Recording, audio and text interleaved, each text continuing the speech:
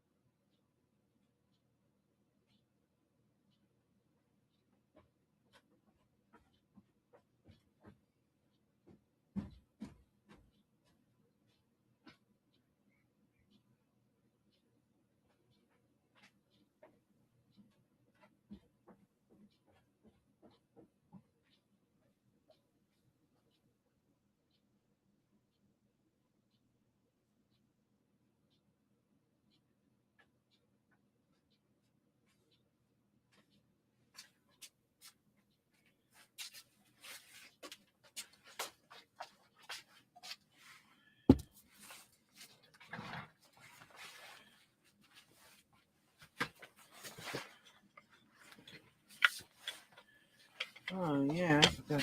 Oh, well.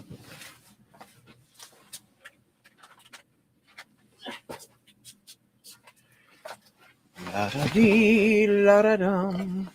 La da dee, da da dum. La da da dee. Hey, somebody's peeking in on me. What's up, Jack?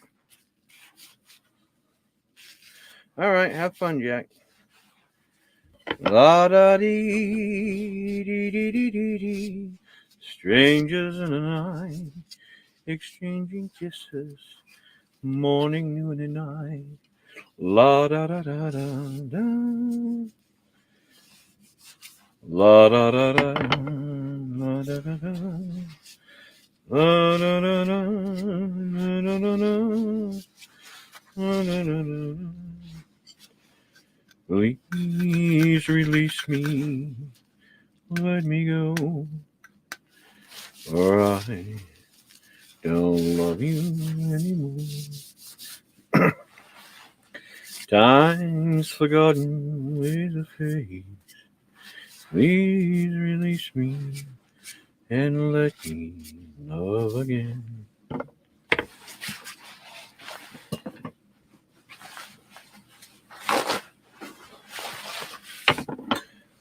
Third boxcar midnight train, destination Clang-a-Lang. Oh, worn out boots and shoes. I don't pay no union bills. I smoke all stogies I have found. Sure not too big around. I'm a man by means, by no means. King of the road. I know every engineer on every train, and all of their children and all of their names, and every boxcar on every track. And I'm up, load 'em up, no one's around to sing. Jealous of sailoring, rooms they rent, get this thing. Do do do do do do. Da da da da da da da da da da da da da. A bum bum bum dum dum bum ba dum bum. Boo boo doo ba doo boo ba da ba da dum ba doo ba da ba da ba da doo. Da da ba ba do ba ba da da da. A do do do do do do do. A ba ba ba ba da ba da bum. A ba ba da bum ba ba ba bum. A do do do do do do do do do do do do. Ba ba do do ba ba da ba da ba ba da ba da ba da bum ba da ba dum bum bum bum ba da da da.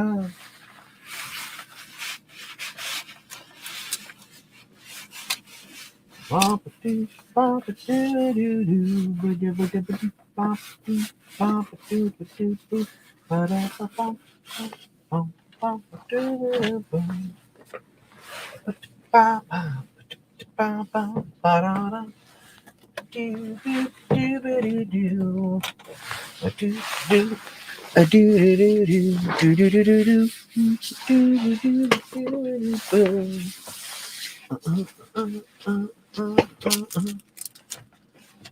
All right.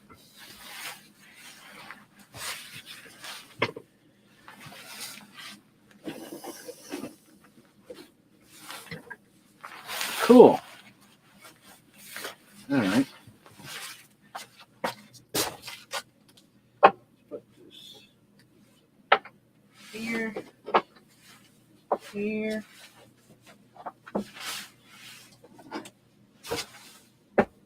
here, there. Slide that down there. Slide that up there. Here. This up here. This over here.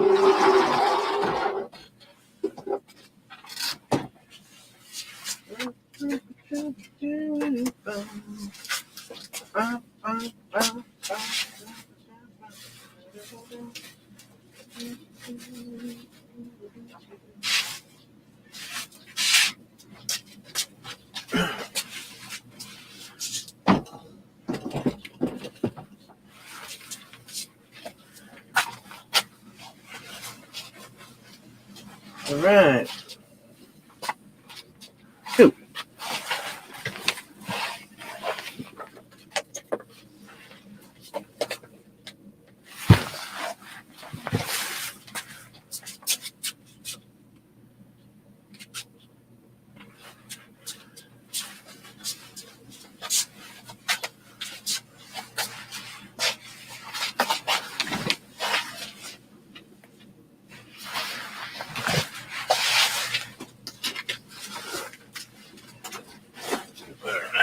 Got some of these. There's some other things I had. Oh yeah, there we go. Done. We got these. All right, we're cool. We're ready. So what's up, everybody? It's a little pre-auction. Auction starts at 7 p.m. Eastern Standard Time. I don't know if you guys are watching and I don't see you or what's happening, but if you purchase something tonight, I can get it done this week and get it out, and it should be there by Christmas. Now, if it's in an envelope, it's $5 shipping. If I have to ship it any other way, then it'll be done through United States Postal Service.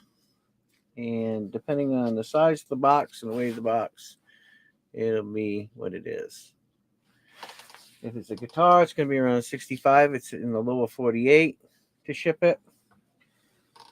The same thing goes for the big clock there. You're in around 65. The smaller clock, right around 40. Any of these boxes here, they should ship right around $23.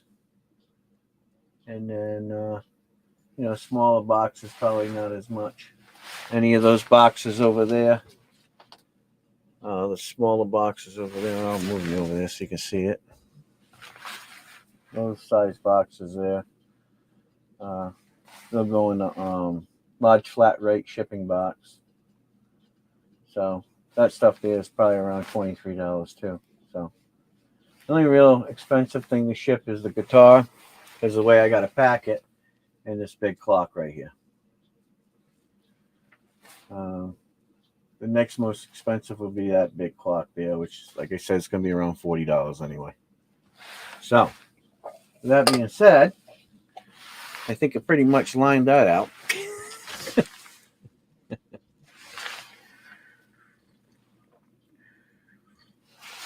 And it's snowing in Rhode Island. I'm going to go get my phone, and I'll be right back.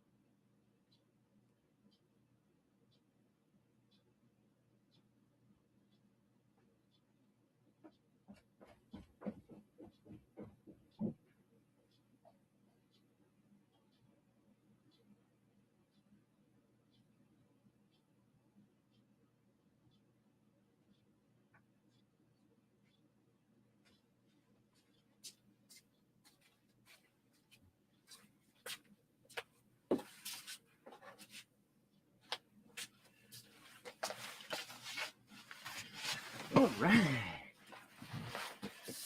We are in it. We are in it. Oh, God. I'm getting old.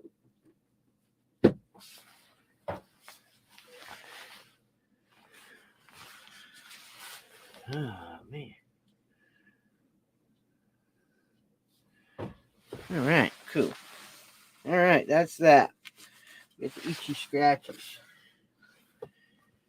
All right. What else we got? We got that. That.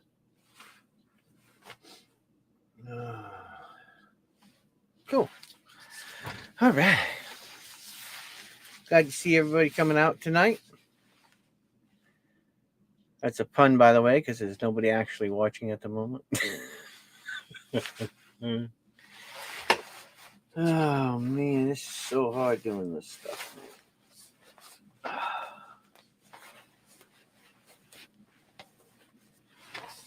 All right.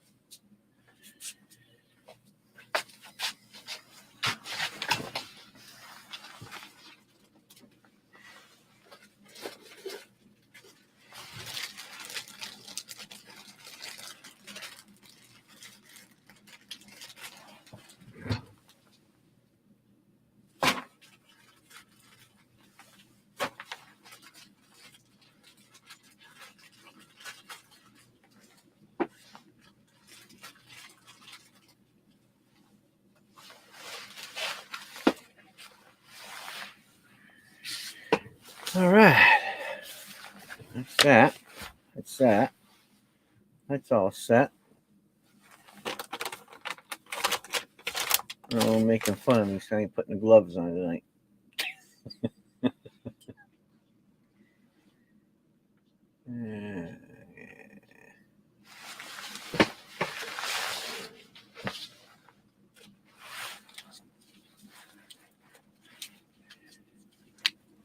Oh, geez.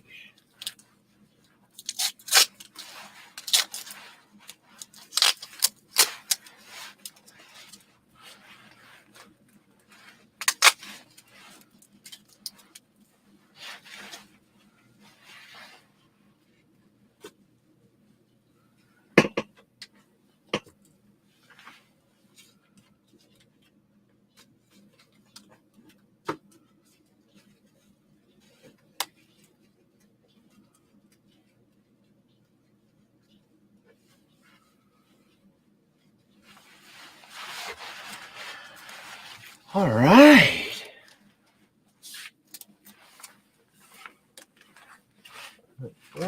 That's that.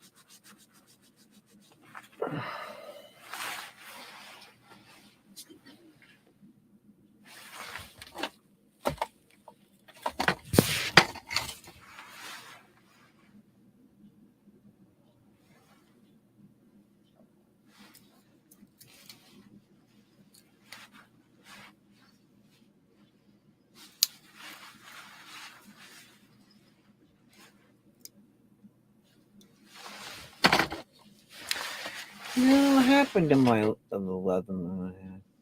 My Gerber. That's a good question. I don't know.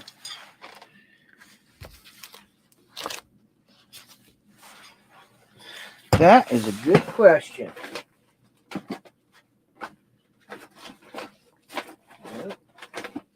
I probably don't have a good answer to it. That's just the way it is. So, whatever.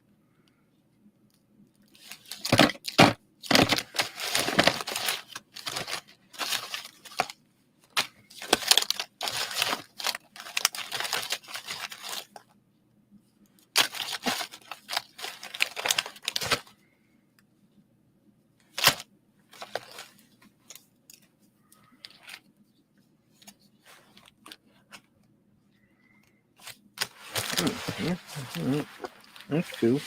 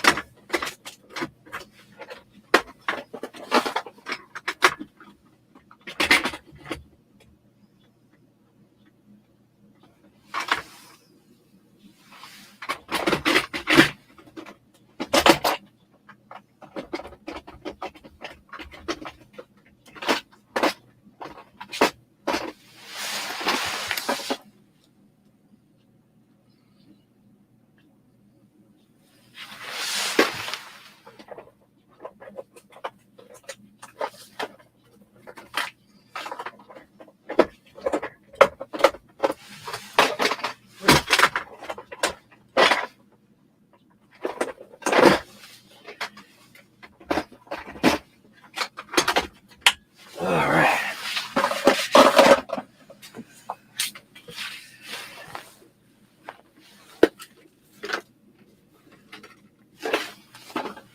Oh, yeah.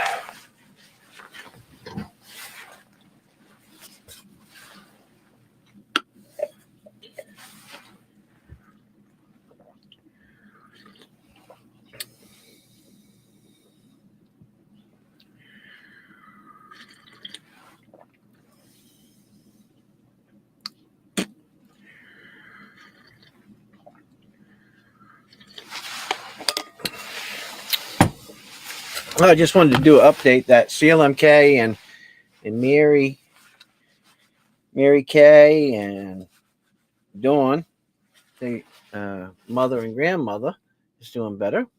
I seen a post on that, so if anybody was interested, I just wanted to put that out there. And I hope everybody else is doing okay on this Sunday night. Some snow coming down in New England. I love snow. I just don't like shoveling it.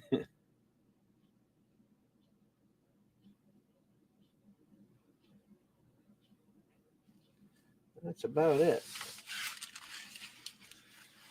And I'm sitting here waiting for everybody to file on in and we'll get started.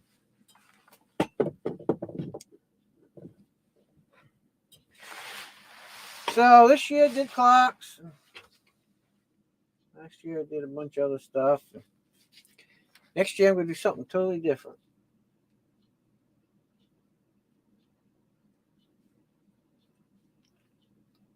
Next year I'm going to do some funny stuff. Got it all planned. I'm only going to do a little bit of this and a little bit of that. So if you're interested in it, it'll all be handmade by me. So, but tonight's auction, I don't know if I'll have one next week. If I do, I don't know if I'll be able to get the stuff out in time. It might be a little difficult with the mail being backed up and everything. I'll have to see.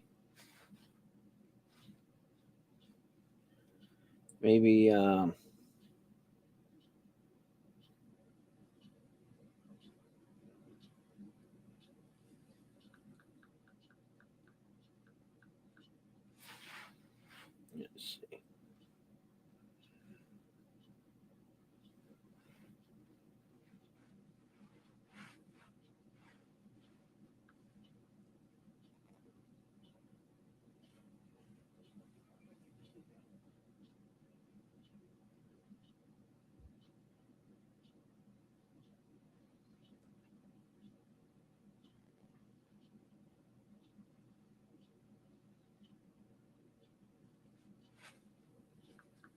let's see. Let's see.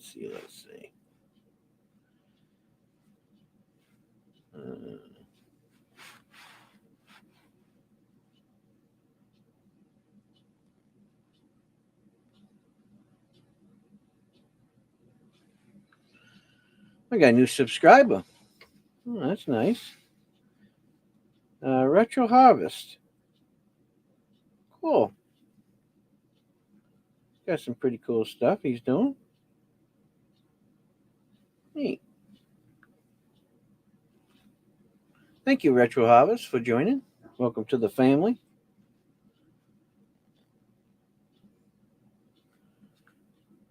Let's see.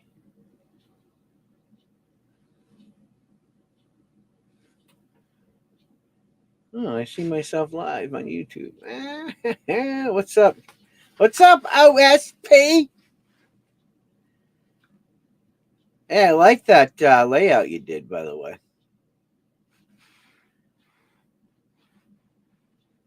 That was cool, man. I can appreciate that. That looked cool. I won't get into it, but I thought it was cool anyway. I am not finding. Oh, there we go. So, ooh, that'd be cutting it close.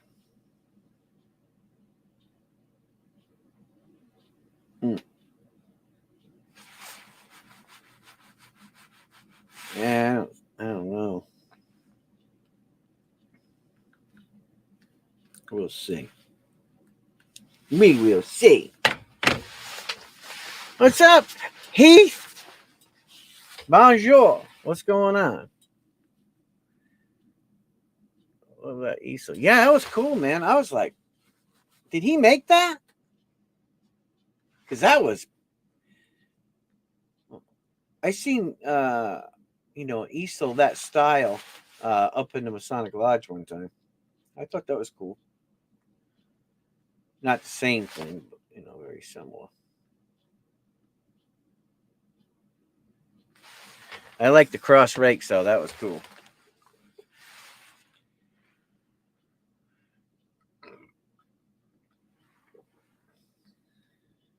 Oh, yeah? Yeah, I thought that was really cool.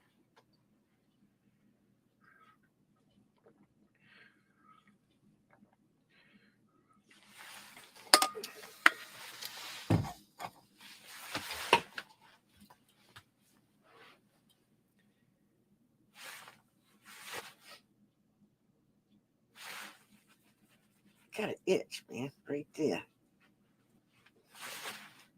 It's a little chilly down here. And I mean chilly. Just getting things together for plowing tonight. Popping in to say hi. You plowing? How many inches you guys getting? It's snowing here too in Rhode Island, so snowing. Well, it says heavy snow, but it's more of a light, fluffy snow, not heavy snow. And I forgot to get fuel for the tractor, so I hope it doesn't come down too much. You need a nap? How many inches you guys got up there?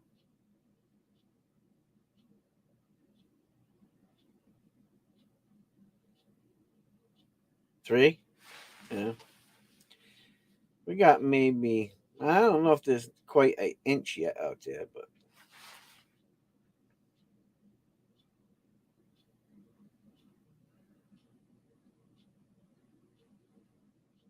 I got a 4-wheel drive, so I don't worry about it. But I have to get some fuel for the tractor tomorrow. Should be all right.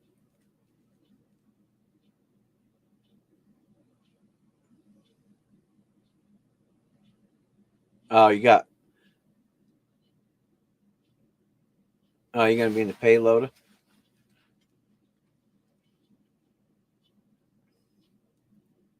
Do you work for somebody else, or you have your own business, Heath?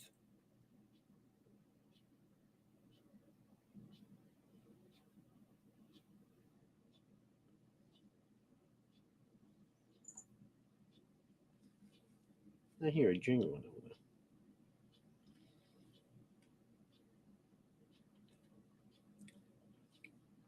Yeah, my tractor's got this sensor in it, and today I took the tractor out.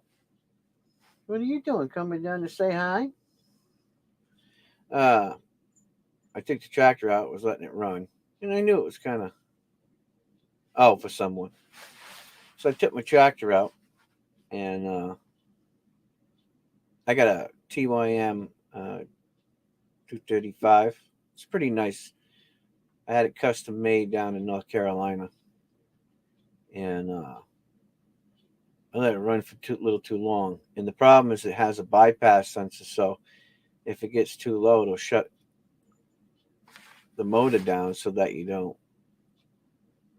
you know, the only way to keep it running is keep the key on, and it will keep the motor running. That's how I had to do it to back it back into the shop, because I put concrete on the inside along the edges so that it was solid for rain, whatever. And then I'll do a video on it sometime of what I did. But it was cold this morning, man. Let me tell you, I really didn't want to do it, but I knew if I didn't do it, that it was going to be something that I'd have to do to prep before I put the regular, floor down in the springtime. So it kind of gave me an idea how many bags of, Quikrete I'm going to need. So I got probably another 18 bags, for a 4-inch top, and then I'll go over it with a smooth, which will be another 8 bags or so. So I'm not looking forward to it, but you know what? It'll be so much nicer, when I'm doing things. Trying to make it easier on myself as I get older.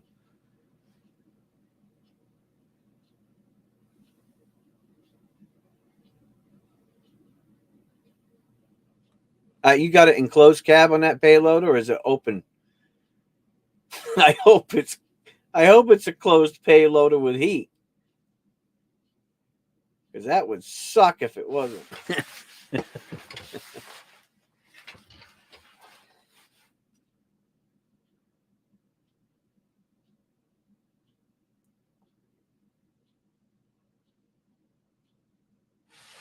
Trust me. I live in the world where things will go wrong. It generally happens to me. That's why I try not to freak out too much.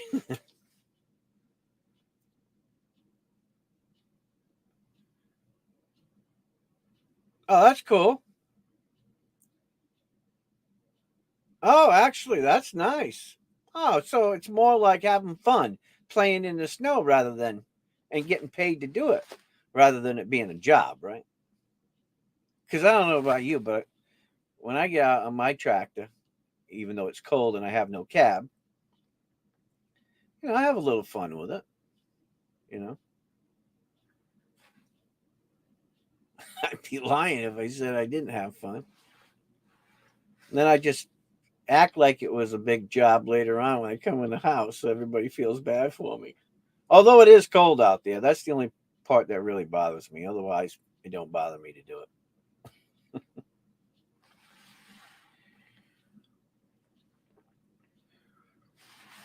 The only time it really bothers me is when it's that real heavy blanket, that really heavy snow.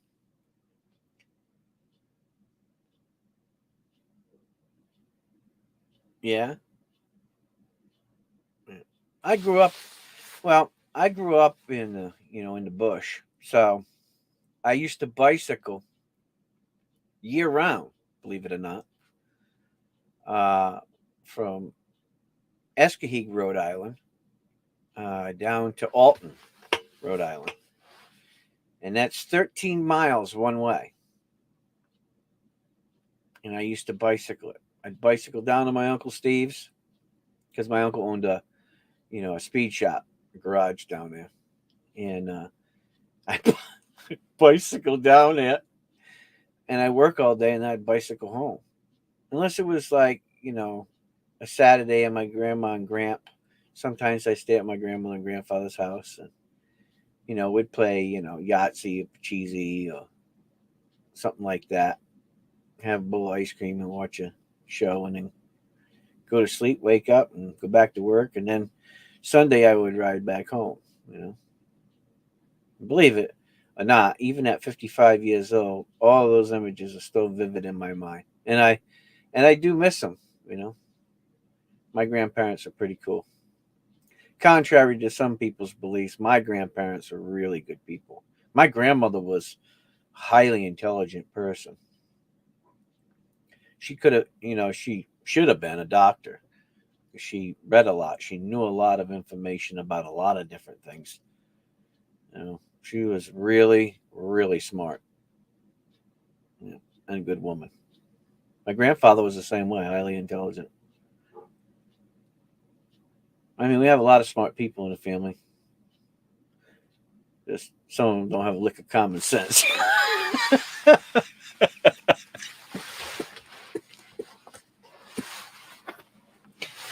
Tell you what, I bet them guys up there in upstate New York were hating life, having to do all that plowing. I felt, man, they're probably like, oh man, it's one thing to go out and make a little money. It's another thing when you got to go face, 6 feet of snow.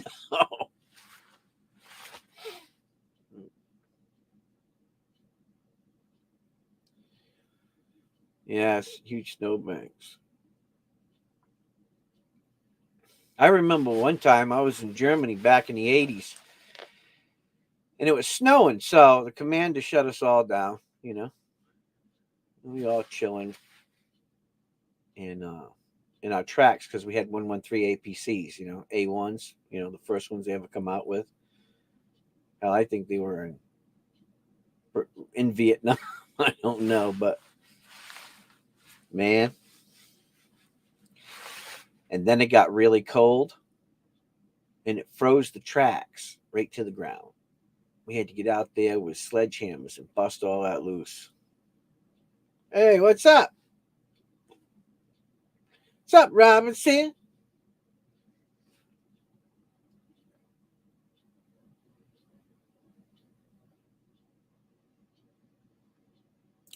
That's Western New York, Buffalo, Syracuse area. Oh, you're upstate. Okay. You got me. You know, some people call, people who are original in America Native Americans, but that's not true. We're all Native Americans if we were born in America. They would call those indigenous people, right? So, indigenous tribes, which, you know, some of my blood comes from two tribes of indigenous people. And that is actually the correct way of saying it, but most people don't know that.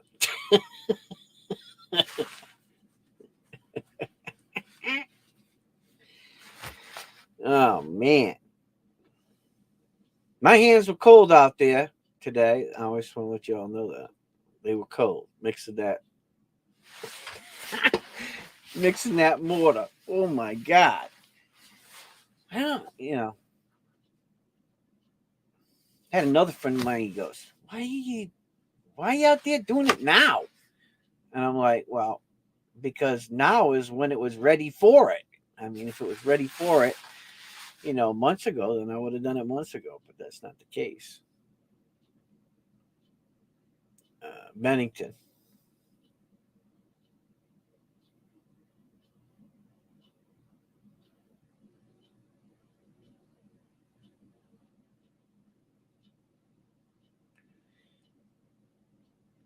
Yeah, I have to go over to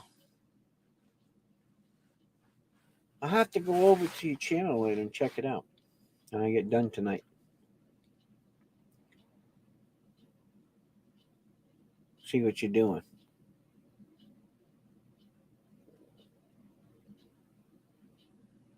What do you got? A 5 ton that you pull a trailer with? Or how do you bring your loader over? Well, you got a small loader, like a John Deere 610 or something, or 740. Or what do you got?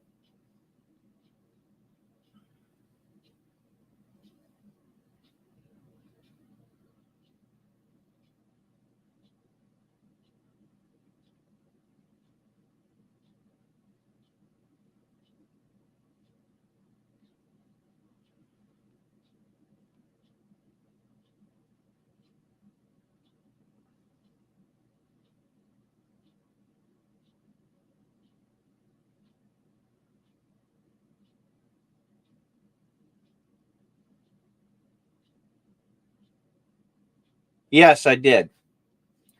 I did cover it up, as a matter of fact, because my uncle was a Mason. So, and as you can see, I'm a Mason too.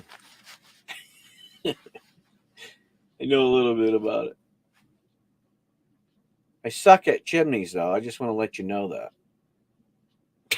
I can lay a wall great, but I suck at chimneys. Chimneys, man, you got man. Case 223, yeah. Yeah.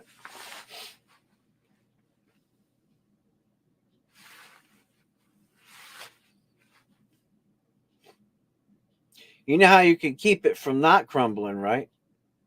Now, if you're a mason by trade, there's a secret that uh, a mason showed me one time. Not that I've ever done it, but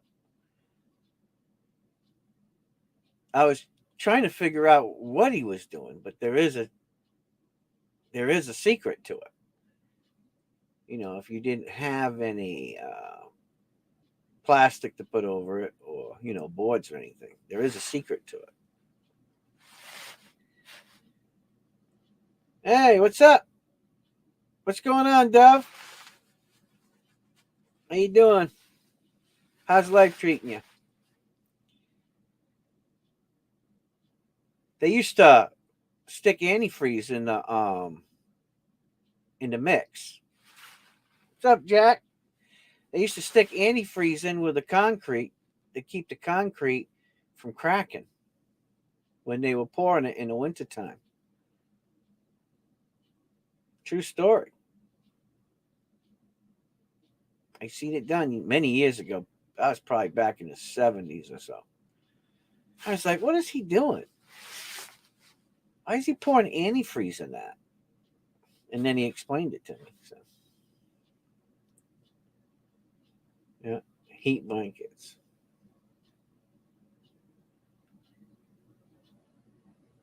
Yep, that's right.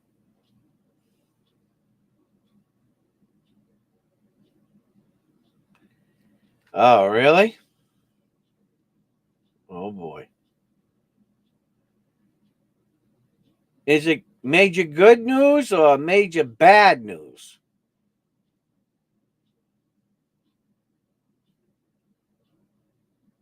I hope it ain't bad news. Christ. I hear that all. Be nice to hear some good news for once. Ah, cool. That's cool. God, everybody knows I hate to hear bad news. I hear it all the time. You guys are gonna shit your sorry. I'm gonna say it anyway. You guys are gonna shit your pants when I tell you this story, right? So I did a video the other day, right? Changing my alternator finally because it was finally nice enough and I felt good enough and I changed my alternator. Well, then I was wondering about that fan again because if you guys remember, I think it was about a year or two ago, I did a video and the mice got in my fan housing, right? My heating duct in my truck. Got right back in there. I mean, there's some builders. I'm not lying. I mean, if we hired them to build houses, we'd be doing all right. So I had to fix that. Well, then a light bulb was out. And anytime you change a headlight in any vehicle, you got to change them in a set, right? So get that done. Come in the house. I'm eating, right? Guess what happened? That new tooth right there? That crown? Remember my gold crown? Yeah, came out. Had to go up to the VA, have an emergency temporary crown put in. Now I got to go into special type of surgery or something, dentistry, something or another, and they got to pull the thing down and move the root or move the bone or something, and then he's going to put another crown on. I'm like, oh my God, really? I mean, really? Bad. I prayed about it. Probably one of the best things that has ever happened. Okay. Well, I'll be looking to hear that story.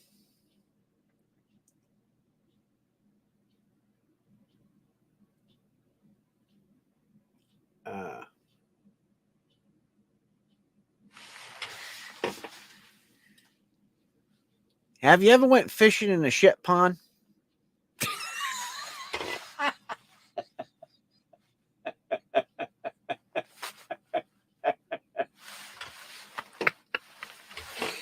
Huh? Huh? Have you ever been fishing in a shit pond? Don't answer that question.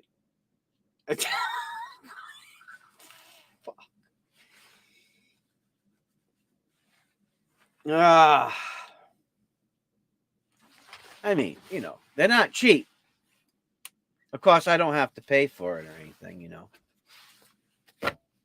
Because I asked him, I said, "Well, you want me to sterilize the crown and bring?" Oh no, don't bring that damn thing back. I said, "Yeah, but that's gold." Yeah, well, make something of it. It's yours now.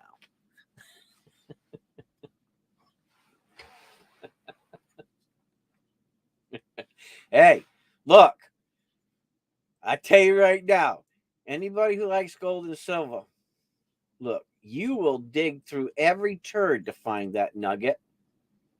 Because I bet it weighs about, I don't know, I'll have to weigh it, 6 or 8 grams probably. How much is that? Probably, yeah. Well, it's not just gold. It's palladium too. So, what it costs to do is about $7,500. It's really not worth that, but I think it's probably worth about $400 or $500 though. So, unbelievable. What are you gonna do? Put one of our sluices on there. You have to unstop it? Oh, yeah. I tell you what, boy. I tell you, I have them days. I ain't lying to you.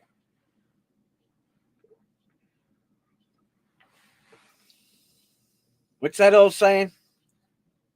If bad luck was a pile of shit, I'd have 5 mounds of it. Mount Everest ain't got nothing on me.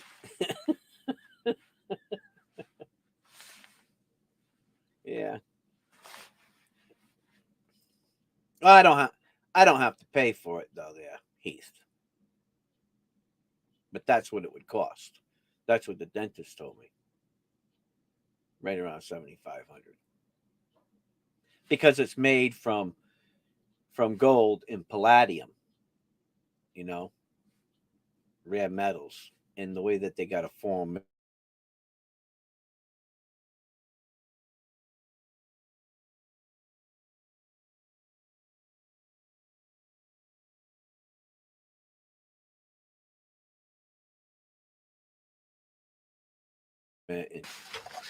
I'll get another one anyway. This is kicking in and out. We got something going on.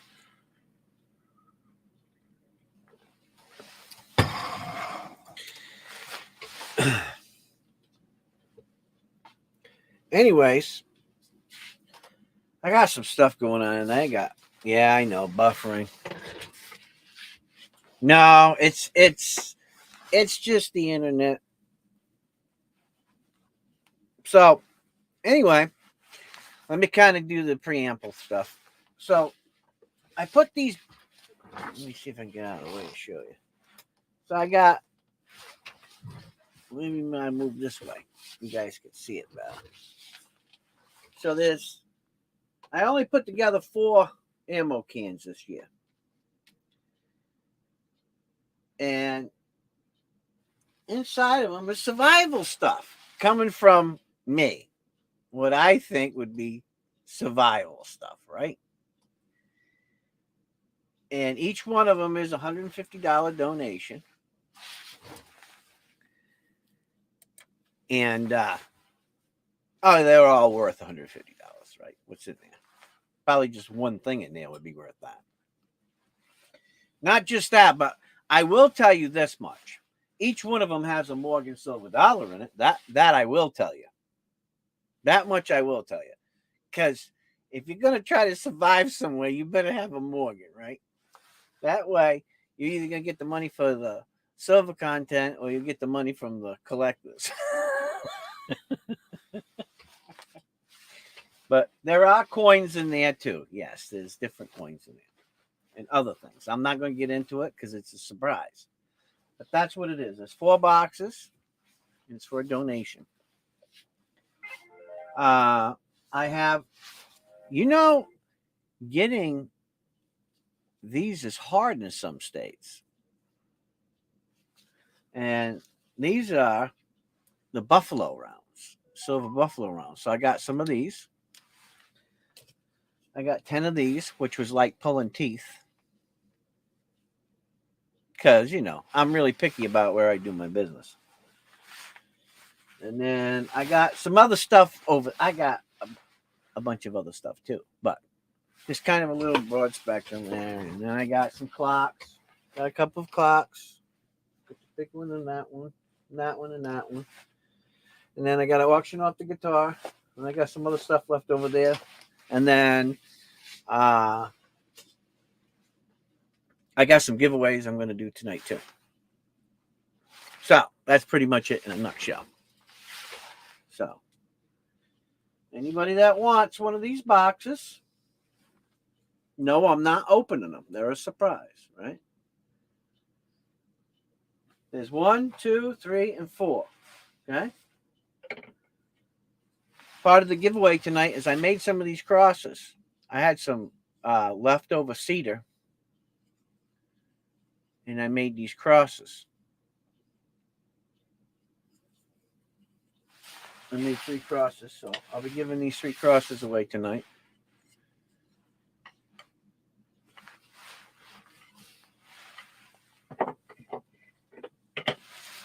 I got some more stuff too. So, just letting you know. No.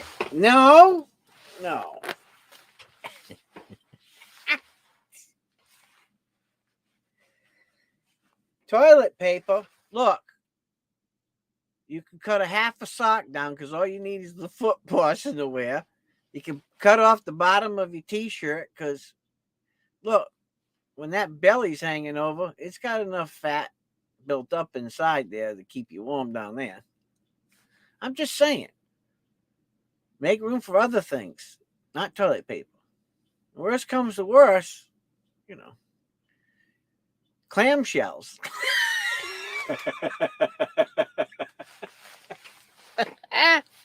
Clamshells. Unless you got a hemorrhoid, then you might not want to use the clamshells. Oh my God. Because it would only take one swipe across one of them bad boys, and I'll tell you what, you'd think Jesus was coming. Oh, Lord.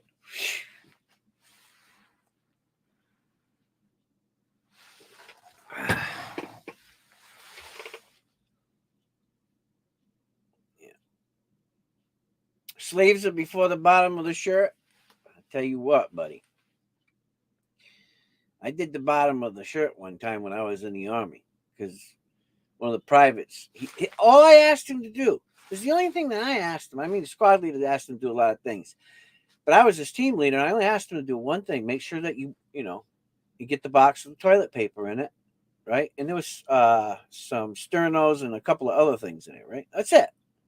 He forgot the damn box. We were out there. My squad leader was mad. Oh yeah, I was upset too because he didn't listen to me. I said, "Well, I ain't waiting, and I sure ain't walking to half mile away to the next track just to get toilet paper. Not happening. Just not happening." So I'm gonna cut a strip off. Well, I got the way around. Would have been bad if I had the shits, though. Boy, that would have been terrible. Them MREs, though, man, they're tough on you. They bind you up for like 3 days. That's why whenever we go to the field, I said, man, this is going to be tough. It's like you got to go practice war, and then when you get back, you're having a war with yourself.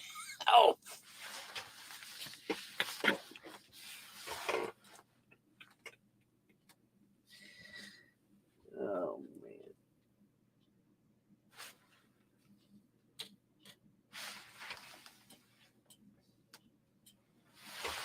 So, anybody want one of these boxes? There's 1, 2, 3, and 4. That's it. Once they're gone, they're gone. There is no more boxes. I'm not making no more boxes. I only did 4. But they're cool. They're cool boxes. Sometimes, when you're doing mystery boxes, they don't seem fun. I like them when they're fun. Okay, which one do you want, Oso? Do you want 1, 2, 3, or 4? Oh, these go with them too. These are portable wireless speakers for Bluetooth. So they go with them too.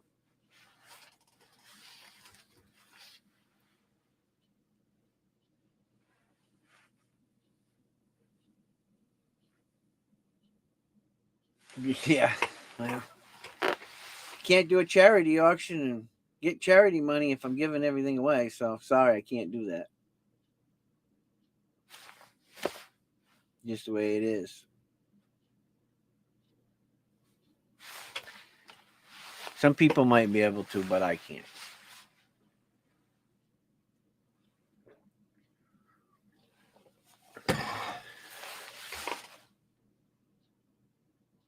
It's a $150 donation per box. Just one item in there is probably worth, well, if you had to have me or anybody else, just one item in there would cost you that. So I made it that way. So okay. So Oso was first. So which one do you want, Oso? You want 1, 2, 3, 4? You want number 3. Okay. Hold on a second. Let me get some tape before I screw this up. Okay. OSP. Number 3 is OSP. You go. And which one do you want, Dove? Do you want 1, 2, or 4?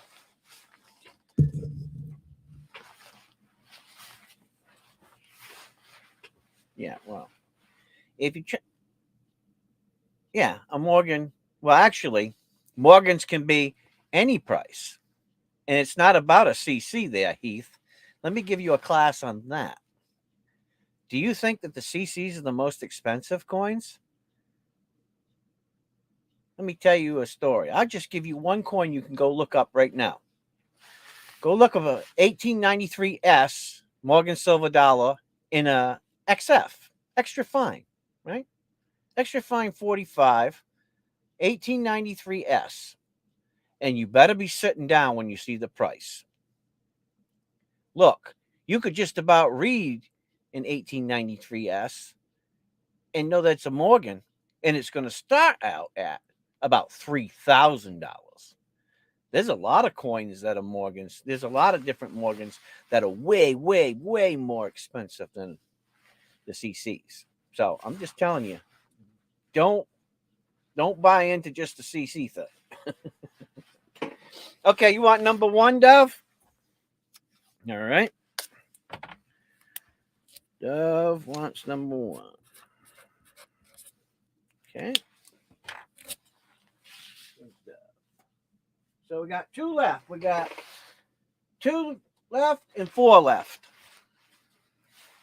What's that? CA, brother. What's that?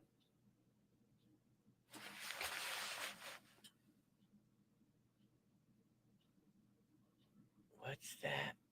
How many dollars for CA, brother? I'm a little lost there, Dove. You'll have to.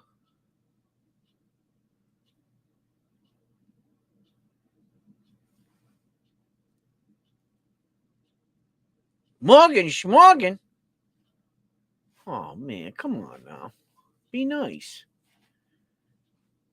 Uh, what's that Cash App? Oh, Cash App.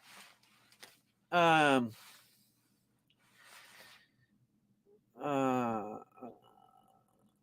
gentleman that I know that's a doctor of pharmacology. He wanted to buy some stuff at one of my yard sales, and he turned me onto that. Him and my son.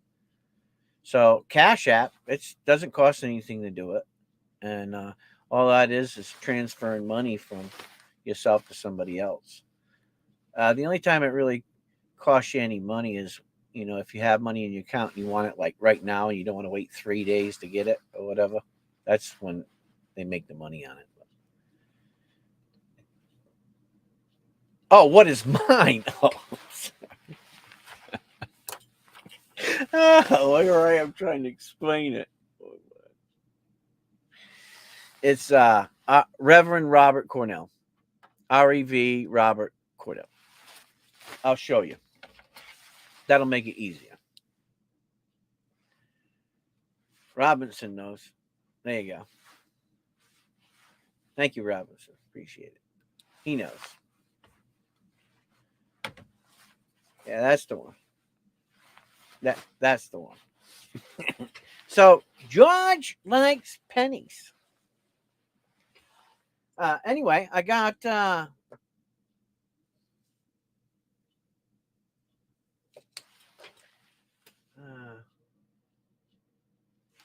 if you got kids and you want stocking stuffers, I got some cool stuff here too. I'll show you in a few minutes. And by the way, I'm going to be giving out a gag gift too. So tonight.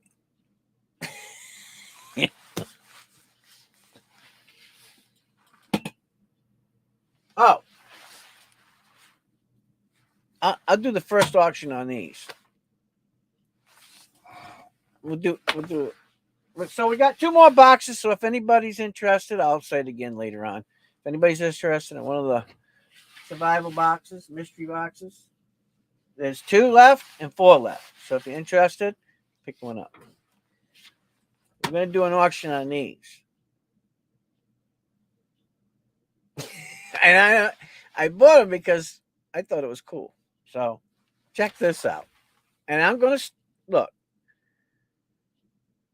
I'm going to start this at a reasonable price. That's crazy, right?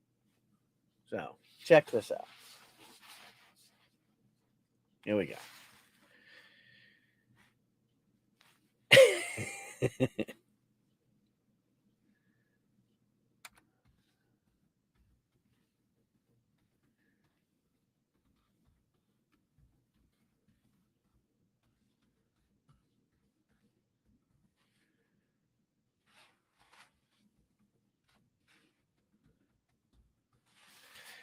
You ready? Check this out.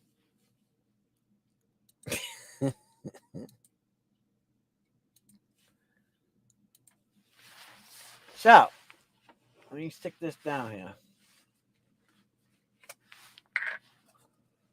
So I picked these up.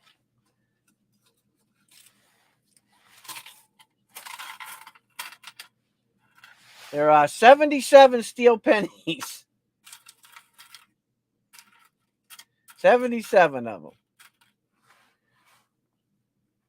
If you're interested in the steel penny thing and you like steel pennies, there's 77 of them. I have not been through them. There they are. 77 of them. If you collect steel pennies, you like steel pennies, I picked them up. I'm not.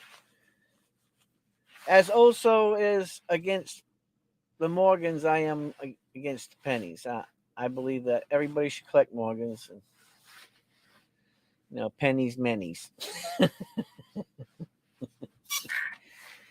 Anyways, that's that. And I'm going to do this quick. I'm not playing around. So if you guys want it, here's a countdown now. Put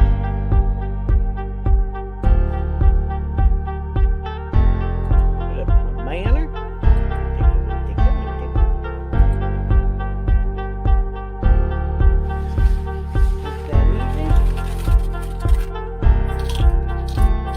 A lot of pennies.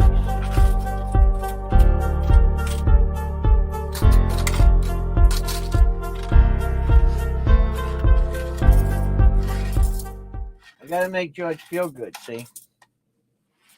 Somebody put sold up there. Good, please. Put this up here. That's that. Thank you for your bid. There you go. Got a whole tube of steel pennies. Let me put this over here. All right, steel pennies. Done.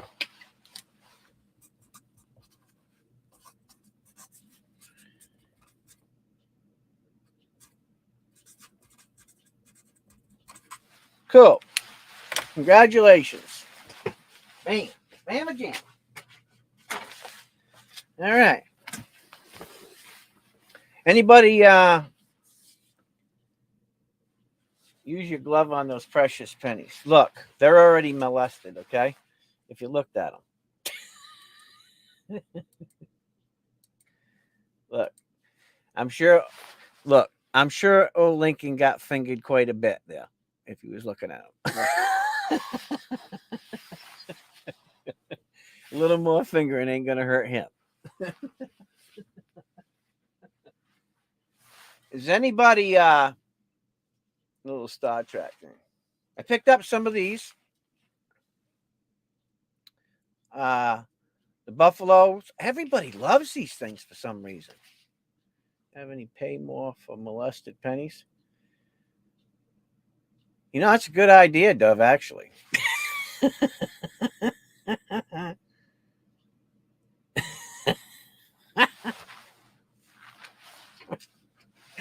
Anyways, I picked up some of these.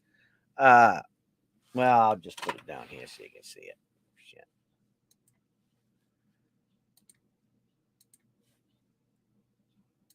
So I picked up some of these Buffalo silver rounds. They're hard to get, man. I'll tell you what. Because I had been asking my dealer about them. And they're nice.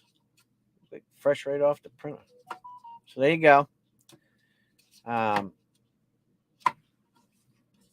if you want to pick up a couple of these, I'll sell them to you for what I paid, which is $32 a piece. And I got 10 of them. So I knew that they were a little higher than you could buy, but by the time you get done with shipping and everything else, you know, it's crazy. So anyway, these are $32 if you need some. I've got 10 of them. Okay? Just to let you know. Great for stacking. A lot of people stack them. So I picked up a few. And that's that in a nutshell. Okay? Now, these, if you want some stocking stuffers, and I got different ones, and I'll put them up here. I don't know if you'll be able to see them all. These are $5 each. Okay. And there's different ones. I don't know if you'll be able to see them all. I'll try to show you them all. But the good stocking stuffers to start your young kids out with, or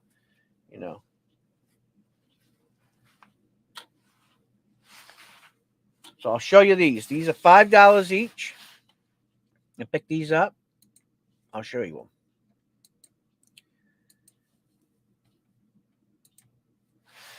them. These are 1 grammers. 395 silver. This one is kind of cool.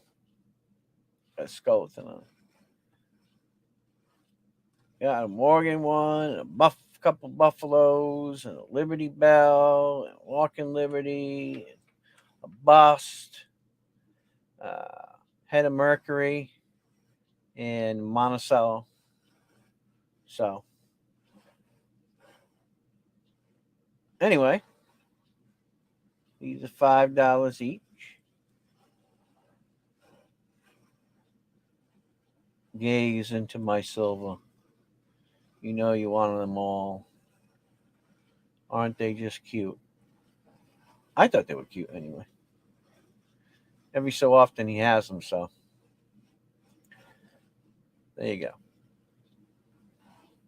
There's 1, 2, 3, 4, 5, 6, 7, 8, 9, 10, 11. There's 12 of them there. Okay? Little Star Trek thing. Let me see if I can zone out a little bit. And then zone back in. There we go. Now you can see them.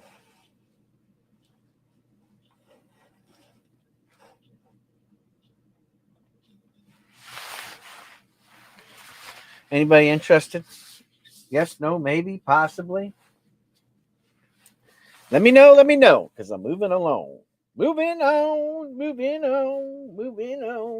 Man, this hat makes my head itch. You like them?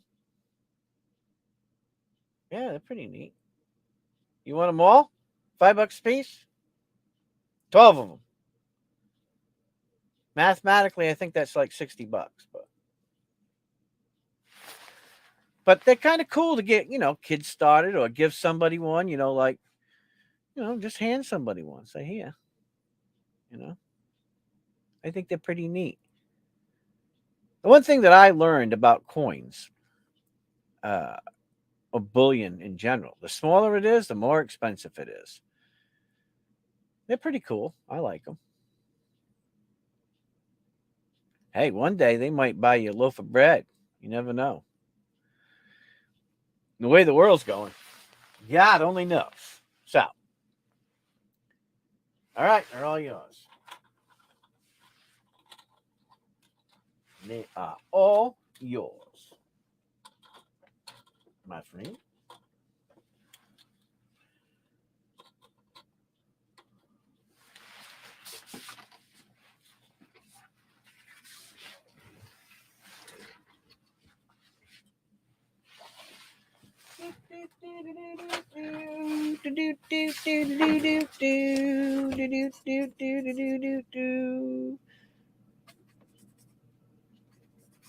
Thank you for your purchase.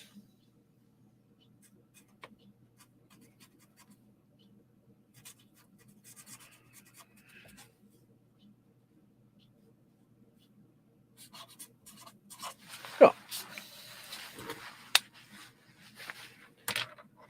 Yeah, I'm cool. I like them. I think they're neat.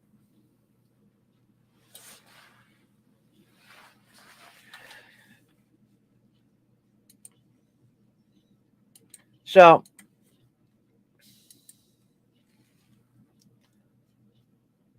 yeah, I think that'd be cool for Colton. I think that'd be interesting for him. And when I send you package out, remind me. I ain't gonna say, but what Santa got him too, if you know what I'm saying. What Pastor Bob Santa got him. Just remind me so I don't forget to send it.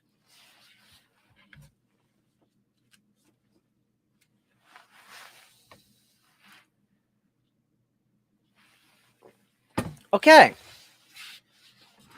Is anybody interested in a 2022 proof Silver Eagle?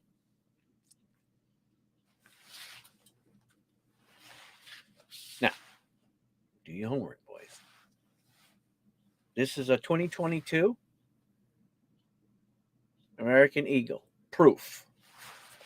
This is a proof.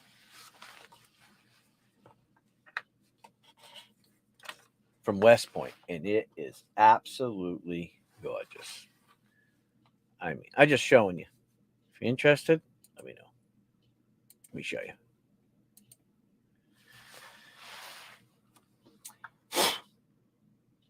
some reason there's dust on it, but you know. Look at that.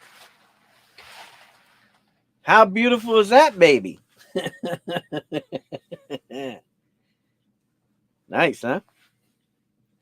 You can get one. So I tell you, there's a quick view of that. Put it right back in the box.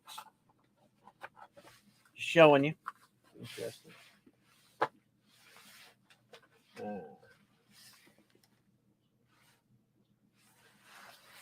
That's that. Shiny as my hiney. You guys are something else. All right, so. Uh-oh. What are you doing down here? Get back up there.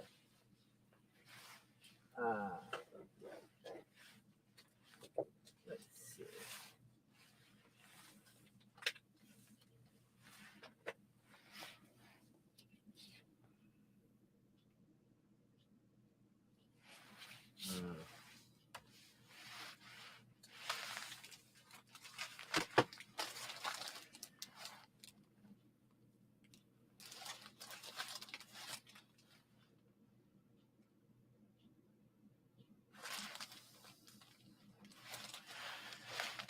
All right, let's do this here. And then I'm going to actually do an auction. I'm going to put these out. I don't know if you guys are interested, but these are interesting. And I don't know, but they're getting harder and harder to find.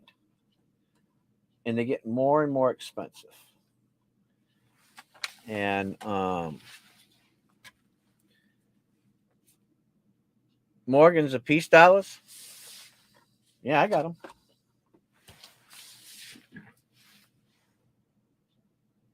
I got them.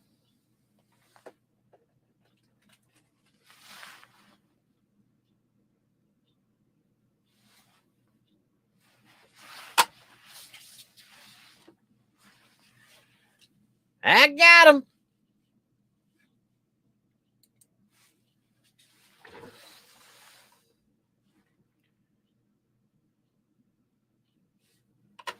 Here's one.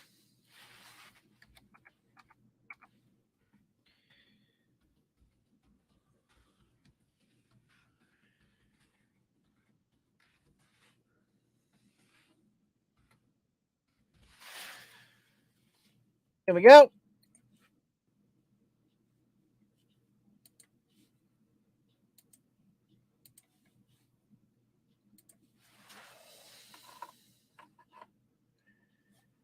Now, trying to bring you in there. Here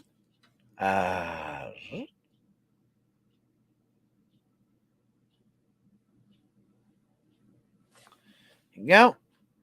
1878, Morgan silver dollar. Probably around a fine.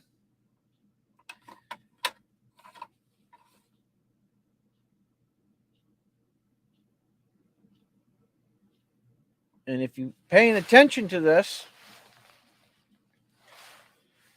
this is a 7 tail feather. 1, 2, 3, 4, 5, 6, 7. 7 tail feather. Got it? 7 tail feather.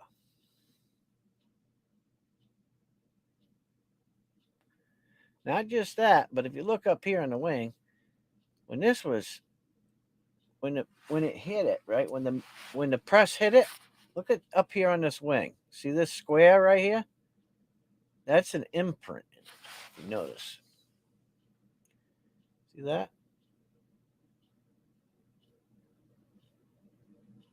Anyway, if you're looking just to have a filler for your collection, be a good filler.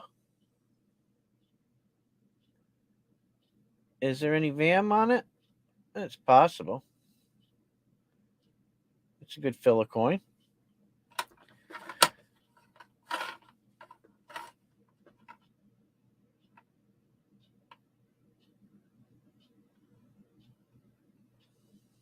Good fella.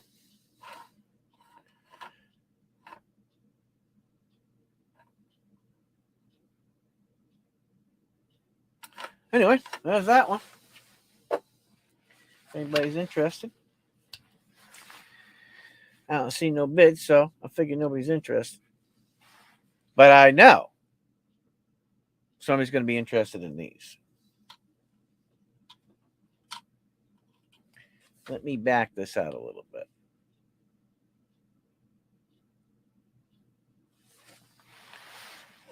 Now, these are very interesting. Let me try to get a little more light on this subject here.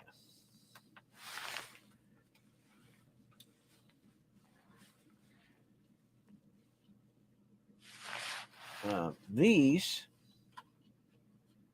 are large cents. Let me see if I can get this dial in a little bit better. So these are large cents. This is an 1818 rainbow. 1818 rainbow. Absolutely cool. So there's an 1818. And this is an 1817. Unmolested, uncleaned, unwashed, as far as I can tell.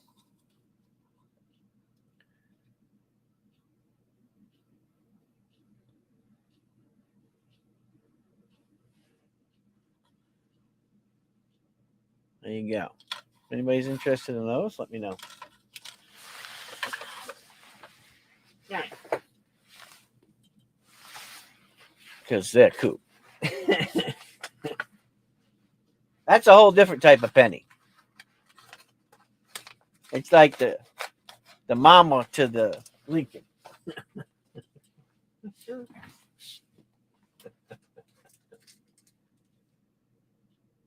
Let's see. All right, let's do something cool.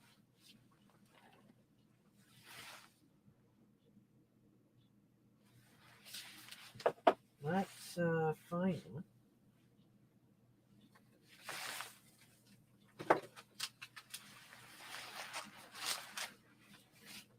I want to do something cool. I gotta find it first. There we go, right there.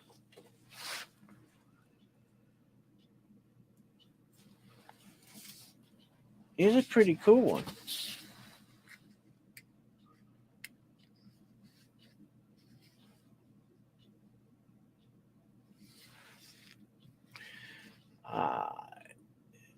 Some have holes in them. Why did some what have holes in it, Robinson? You talking about? Hold on, let me bring you back up to the regular one. Why did some of the pennies have holes in them? There's no holes in these. That's what you're asking. There's just divots, probably from. Could be from anything. You know, age. But I know that a lot of the older pennies, and you commonly found in a lot of the Indian heads, they put a lot of holes in them and they wore them around their neck. I mean, you know, some people did that. I mean, that's not the case with those two. They're just rare, you know. Finding them where you can read the date and haven't been scraped and washed and all that stuff is hard to find sometimes. So, yeah, large cents. A lot of people put what they used to do is use them as jewelry back in the day. You know, they put a hole through it and they'd hang it around their neck and use it as jewelry. That's why you find a lot of them with holes in them, and most of the holes will be at the top. But you got to remember the minting process back in the day. Finding certain coins from the 17 and 1800s, in the early 1800s, sometimes their dies didn't press right, or they didn't do a really fine detail of the die when they were making it. So you won't see the same appearance that you would in modern coins. So found one with a hole in the middle. Like some coins, mostly old gold from like the 1700s and early 1800s, you'll find like a scratch mark in them, right? And and what they did was, if there was a little bit too much gold, they'd take a little bit of the gold off to make the weight right, or they scratch it or whatever. It's really weird, but they actually did that in the mint, and graders know that. So on certain coins, they know that it was like that, or they know that when they actually pressed the coins, they knew that they didn't have a really good image when they cast it, because they would just back in the day they probably used the same die God knows how many times. And it's not like today where every so many coins they switch the die out. So it's hard to really tell unless you read up on that certain coins. But I do know a lot of the large cents were used for jewelry. A lot of people, put holes in them for jewelry. Hell, they used it for all kinds of different things. Washers were expensive back in the day, and sometimes they used them for washers. I just drill a hole in it, use it for a washer. So there's many different reasons why it could have a hole in it, but the most common reason would be is they used it as jewelry. Yeah, that's fact. That is a fact. Now,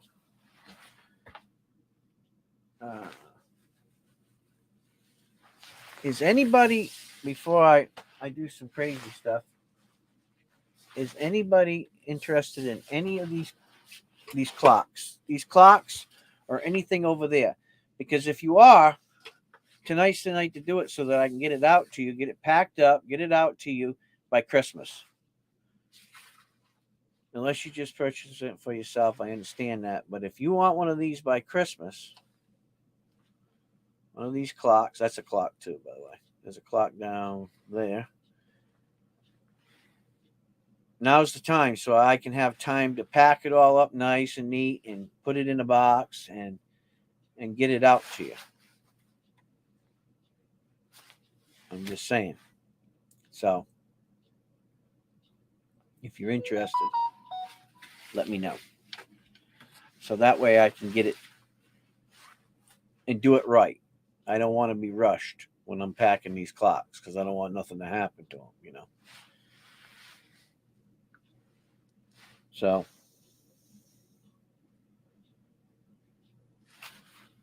if you're interested in one of those items, anything that's wood, tonight's the night. Let me move this stuff here. This is Dove's. Oh, man, that's heavy. It's Dove's. This one's OSP.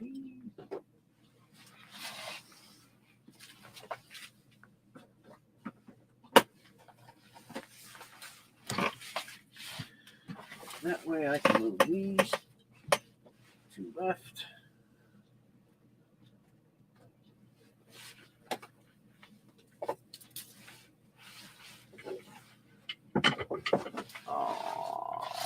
Put these up here.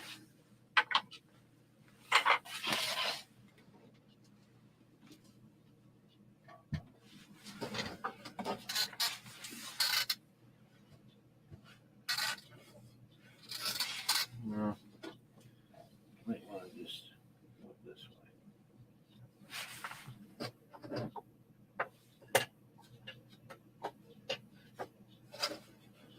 Oh, they should stay in there anyway. Well, this might work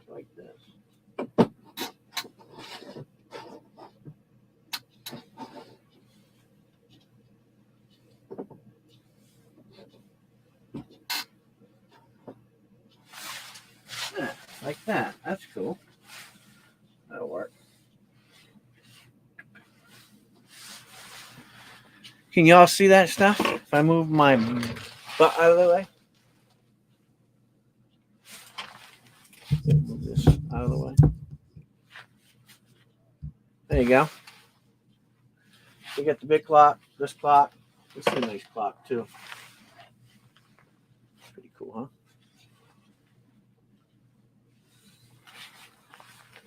huh? Then you got one up there. Got some chisels here that I made.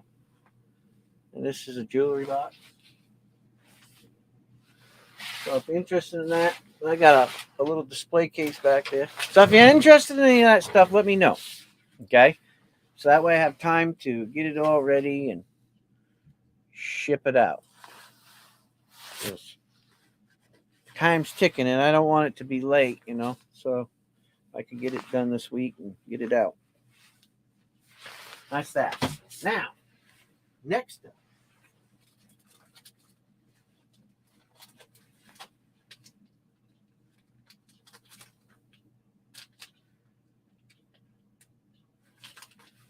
Let's see, where is that? Oh, that's what I want to do. You like this one?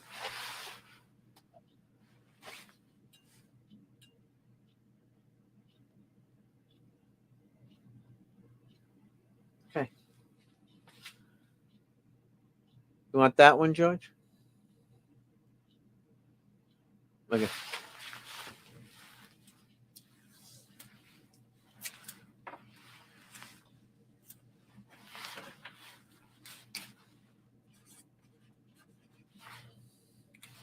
Done.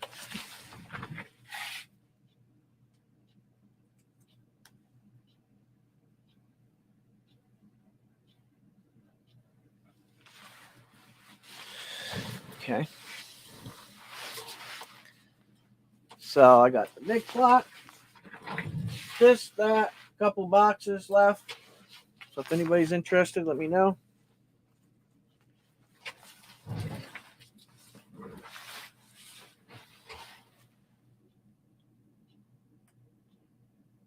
How much you want to give me for it, Dove? I mean, you know what I done to make it.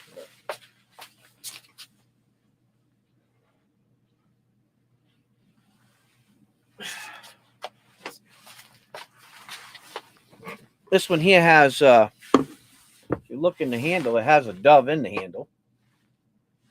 See it? An abalone dove I put in the handle.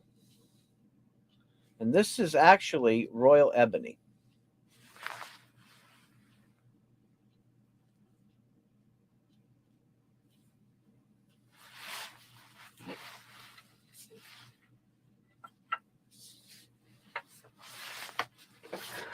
Yeah.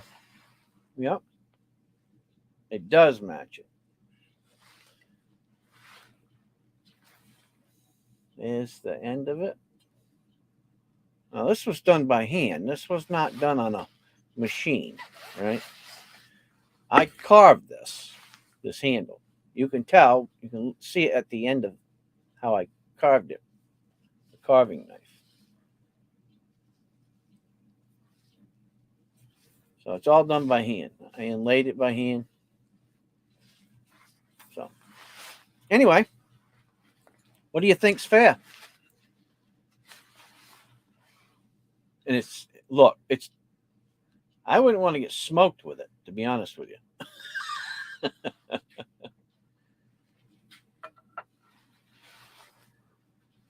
It's really nice. It really is.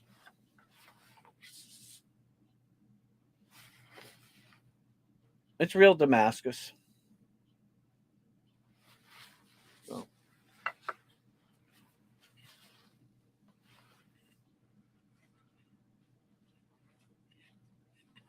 I got to oil it one more time too before I ship it though, because of the climate difference. Being heat and cold. So I'll have to oil it up. And Damascus should always be oiled, or it will rust. So look at that.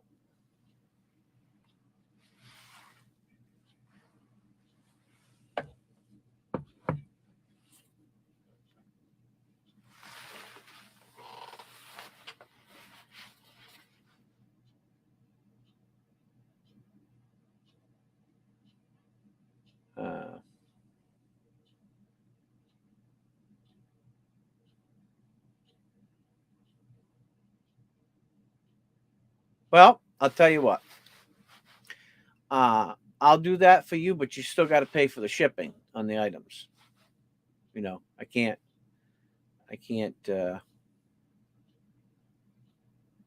just ship it for free. I just can't. I mean, because the stuff's going to be heavy. But I'll do both of the items for 200 plus shipping. I think that's more than fair. Only because it's you. I mean, the Damascus is real bad, so. And at least it goes to somebody who can appreciate my work. And I think that's a biggest part of a lot of the things that I build, you know.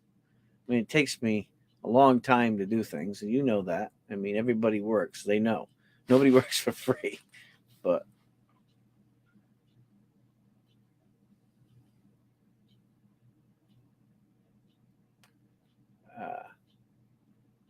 so you're talking like 250? Yeah. 250 will cover everything. It should, yeah.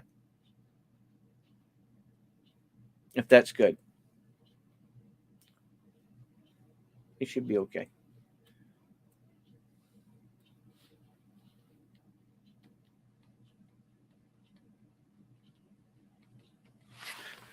Like I said, I do have to oil it up. So when you get it and it's all oily, that's the reason why. Okay. Because Damascus should always be lightly oiled. It don't have to be saturated, but it should be lightly oiled. So remember that if you, not that I have to tell you, but anybody who's watching this, if you ever have a Damascus knife of any sort, always make sure you put a light oil on it. Okay? Always. Because they get surface rust really quick. They oxidize really quick. So, anyway, thank you very much. I know you'll appreciate it. I ain't making no more, I tell you. I can tell you that.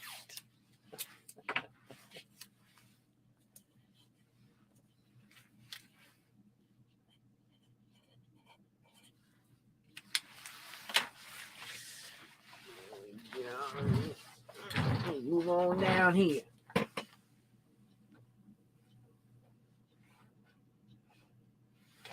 Now, if it's purchased tonight, it will ship this week, and it should be there by Christmas. I'll probably, depending on what happens, I might have an auction next week, and I might not. If I do, I cannot promise you that your stuff is going to be there by Christmas. I mean, that really depends on the backup of, the carriers. So, yeah, you're welcome. No problem. I know you'll appreciate it. Just don't use it as a weapon. But I bet you could beat some meat with that. That kind of came out wrong. But, I bet you could because it's nice and flat. I mean, just as long as you, when you get done, you clean it off and you re-oil it, you can use it as a tool. I don't see why you couldn't. What kind of oil do I use? Is that your question? Like a light lemon oil is fine. Just a light lemon oil. That's okay. You can use a 3-in-1 oil if you want. I mean, you can put a light coat of WD-40 on it if you wanted to. Really doesn't make a difference. Just as long as, see, WD-40 takes the water out of it. So if there was any, moisture built up on it, would take it right out anyway. Now, I know some guys, they do different kinds of coatings on their knives, and I don't believe in that. I mean, that really takes from the knife, because Damascus will patina over time, even though you re-oil it, it will patina. And you can blue them too. But even though you blue them, acid etch them, you should still put light oil on it. like a 3-in-1 oil or a lemon oil, something like that. How you doing, MKCL? How you doing, hon? But yeah, always oil Damascus. It's not like stainless steel, and other types of carbon-based metal, because there's different structural. Um, there's a different structure to the way that the carbon is put together in Damascus, and it goes the same thing on like chisels. When they're carbon chisels like these are. Now, the more polished it is, the more finely polished it is, the less chance that you have of a lot of carbon being built up, but you should always oil them. Yeah. You should always oil them. So, just letting you know that.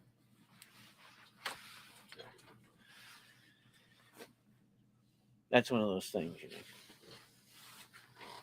So, anyways, so move this aside here.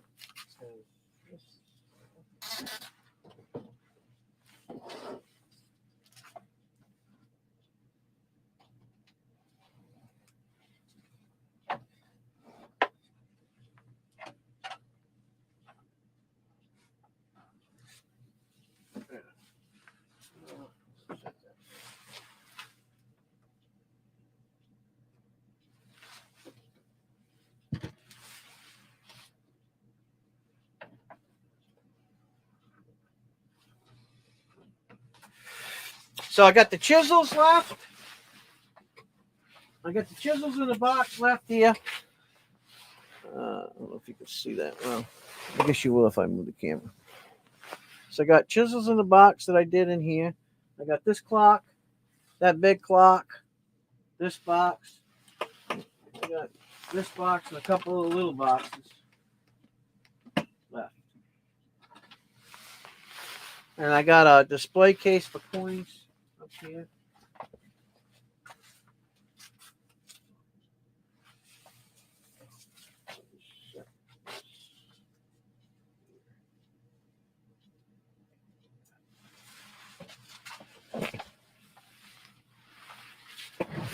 There you go. That's what I got left. So I got these items here left. If anybody's interested in them. Cool. Not cool.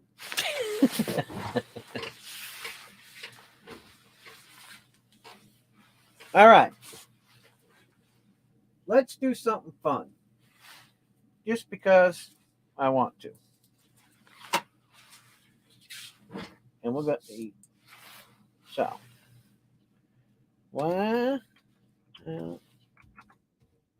Or.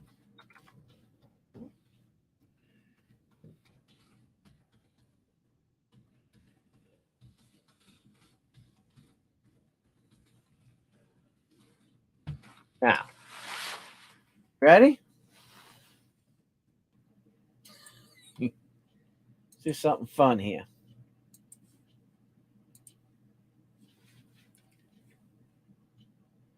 Go. There you go. 1 ounce silver round buffalo, starting bid $1. Go for it.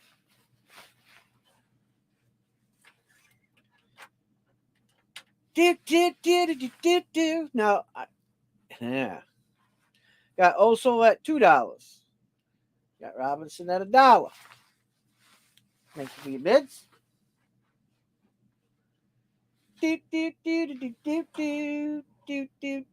MKCL at $10. Thank you for your bid.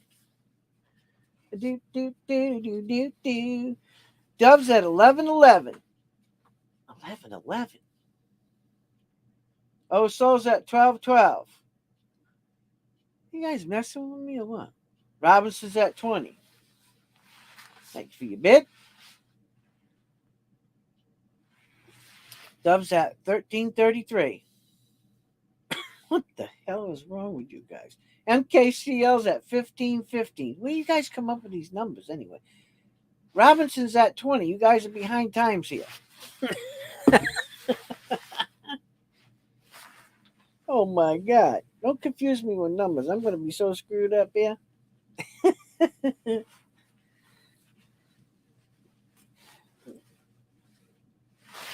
I am just so confused. Well, it went from heavy snow to just snow. Just want to let y'all know. All right, current bid is $20 on Robinson Prospector.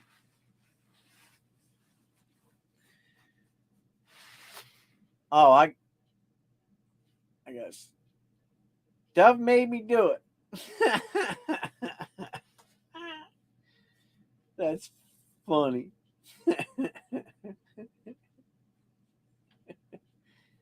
We got Dove at 22.22. We got MKCL at 22. She's like 22 cents behind Dove.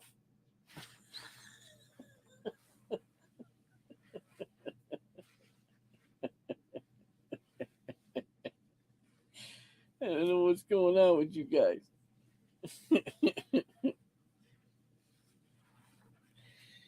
It is what it is, I guess. I'm not even going to try to figure it out because I'm lost.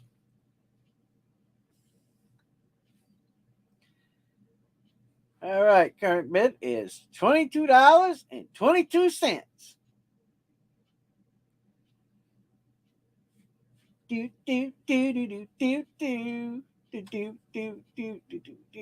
MKCL is at $24.77. Thank you for your bid. It's a unique bid.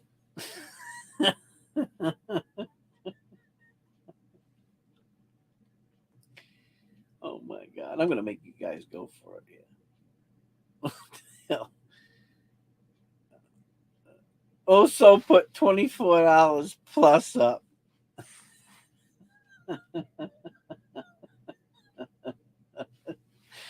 Oh my Lord, have mercy. That's funny. All right, I'm going to do a countdown. Let you guys fight for your right to party. Yeah, you gotta fight for your right to party. I'm going to do something crazy. 5, 4, 3,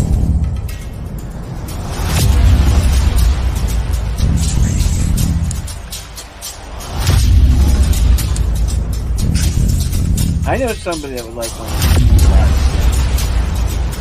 one. Probably hiding in the back.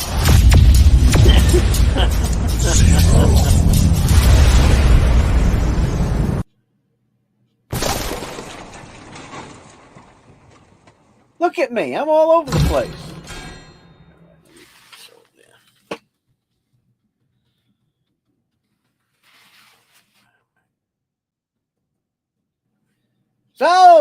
Sold. MKCL. She wanted at $24.77.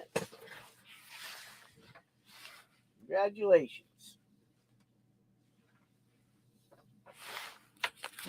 Here.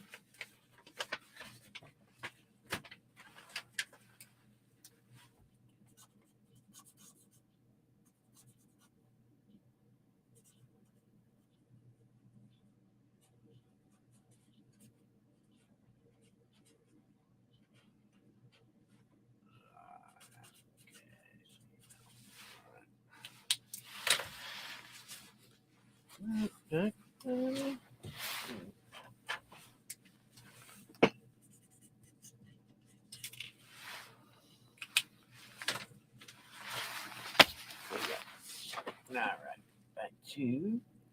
Back to life. Back to reality. What's up, Partridge? What are you up to, man? What's going on? Is it snowing up in the bushcraft?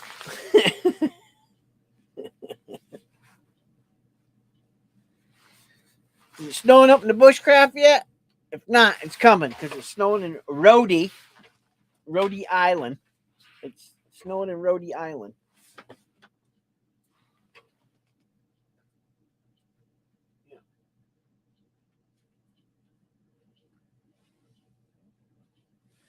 Okay.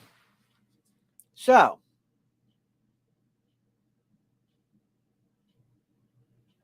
it's too cold out there. He can't go with you. He's a married man. Married man. He's a married man. Oh. So.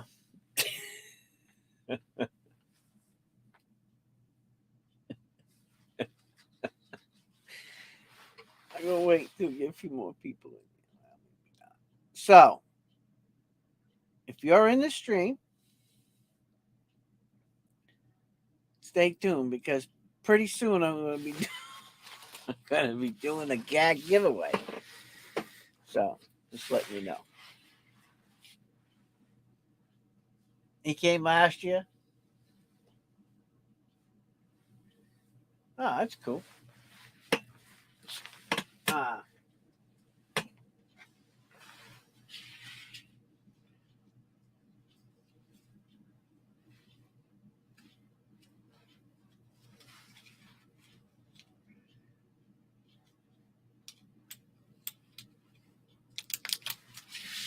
Trying to figure out what I want to do. Oh, I want to put these up.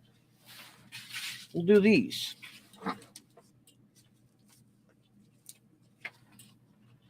Yes, we will. Okay. Here we go.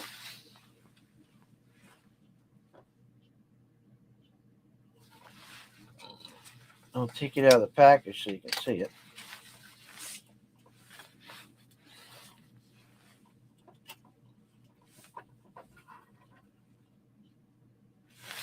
There we go.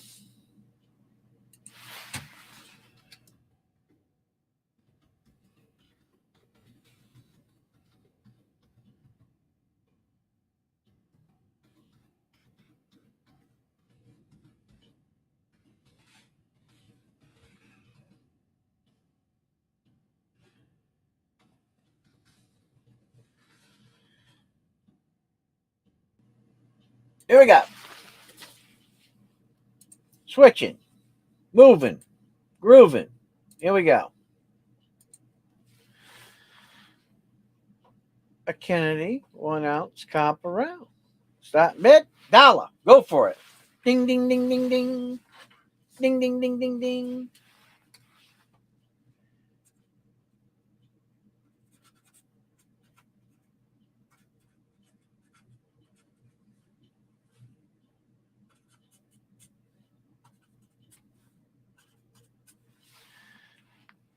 Got 2 from Old Soul Poet. Thank you, Old Soul Poet. Appreciate that bid. Thank you very much. Thank you very much. Show you the back side. Look at that.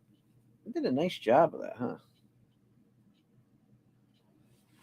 There you go. Got also at $2. Make you holler. Do, do, do, do, do, do, do. I couldn't believe the price of copper. Jeez, I almost fainted.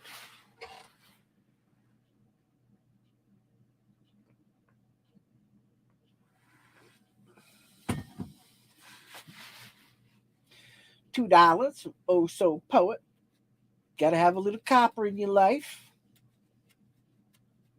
In some people's cases, a lot of copper in your life, but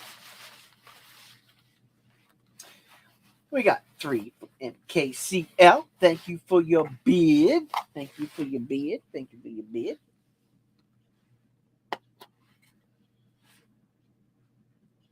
You like that clock?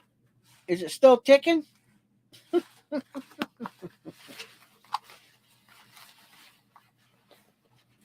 Well, the clock was made with love from everybody, so.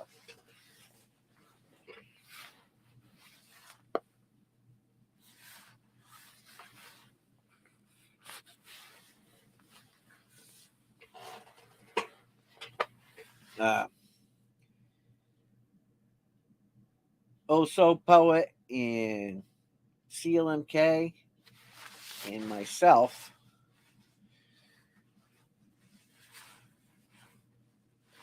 thought that you should have something nice and be able to remember, that a very important day. And that time is always ticking. We got $3 from MKCL. Thank you for your bid. We hear 4. Come on, you got 4 in you out there. Let's hear 4. Push it, push it. Ain't nothing wrong when you do. Let's hear 4. 4. Come on. Come on down. You're the next contestant on $4 is right.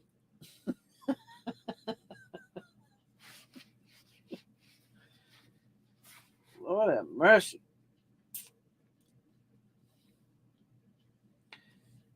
All right.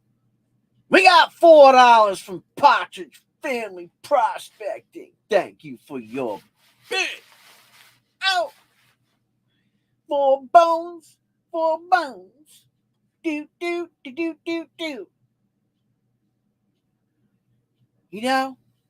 Sometimes you just gotta do what you got to do. Got $4 right here. $5. $5. Make you holler. Do.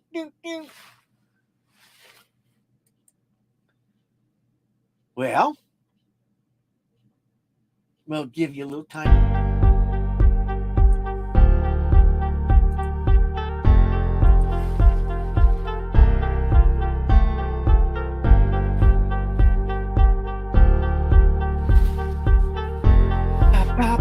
The countdown. 15, 14, 13, 12, 11, 10, 9, 8. We got 5 from MKCL. 6, 5, 4, 3, 2, 1.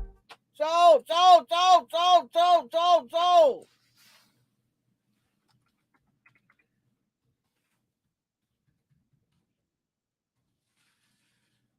Sold MKCL for 5 bones. 5 bones. Thank you for your bids. Goodbye, young man. You're going to a new home. You're on your way to the Fladorians.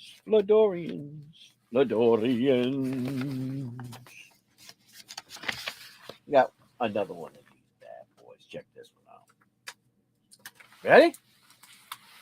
Same deal. Stop as $1. This one's different. This is a copy of the High Relief 1921 Peace Dollar. Except the back looks much cooler, to be honest with you.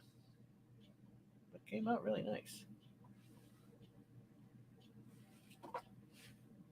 There you go. Starting bid's $1.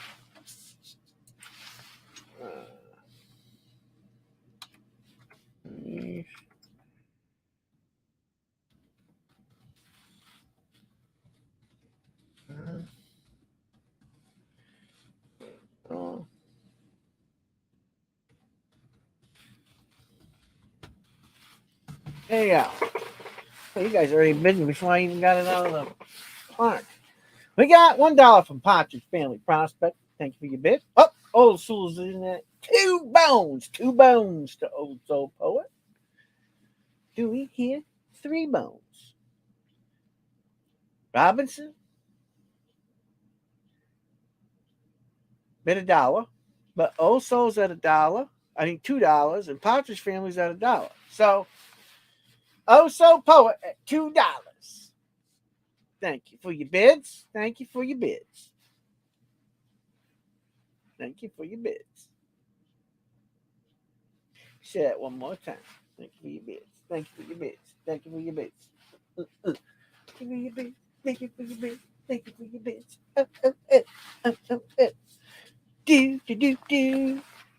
Do. Oh, Partridge Family comes back.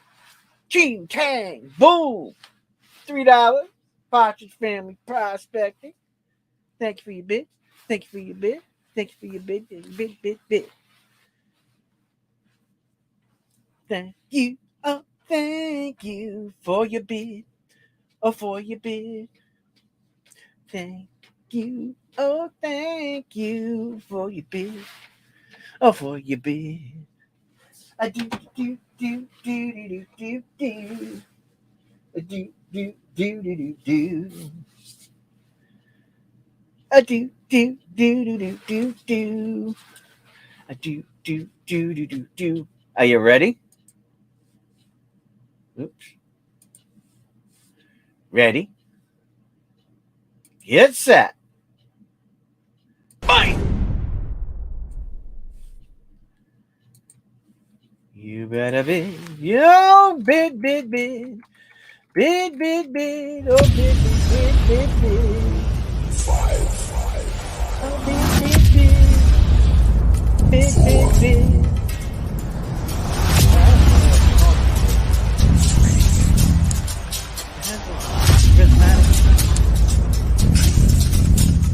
Kind of crazy.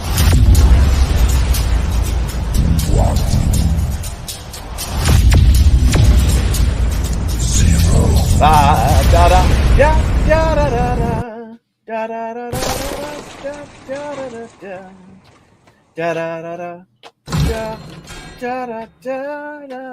da da da da da. Sold.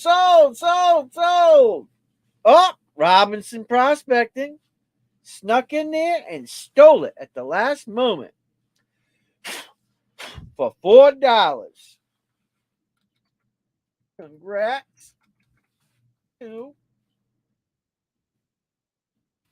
wait a minute. I'm typing. What is this thing doing? Congratulations, Robinson Prospecting. Congratulations.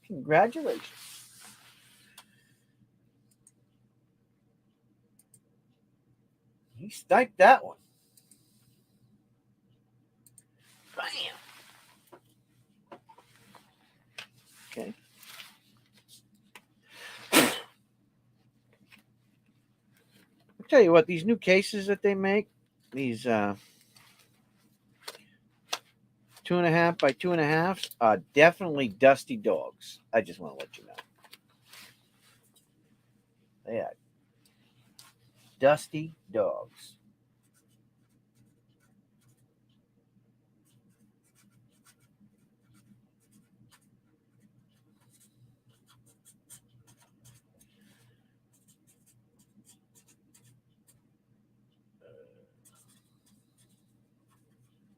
All right.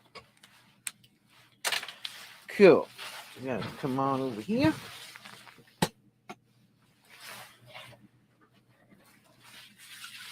All right. Let's do this.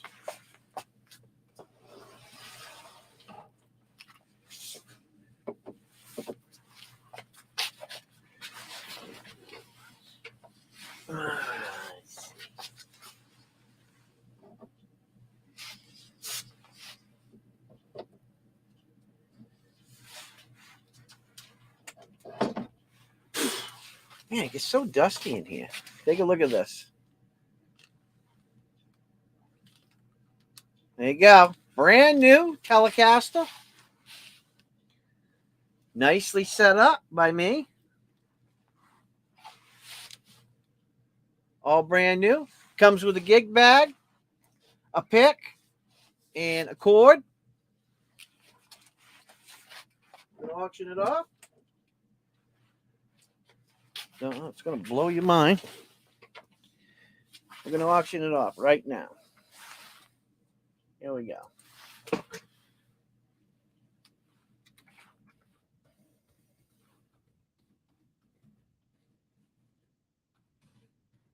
Oops.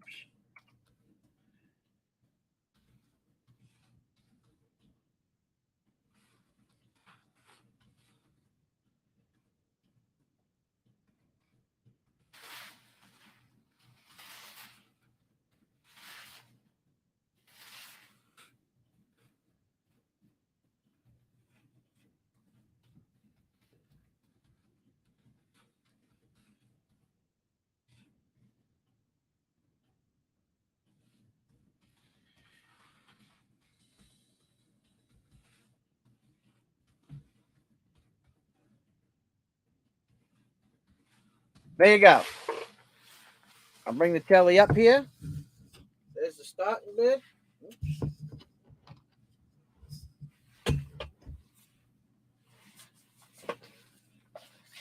Let me show the fretboard. Give me 1 second. I will show the fretboard.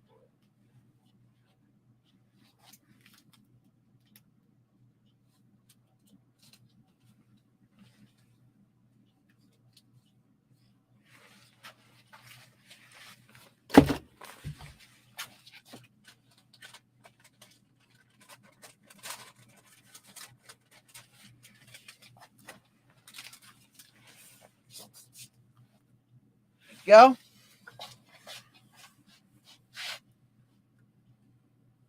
You guys a good view of it.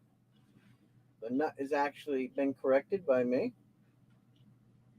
It's set up, adjusted, as you can see. It's a purple blue. Brand new. Comes with a gig bag.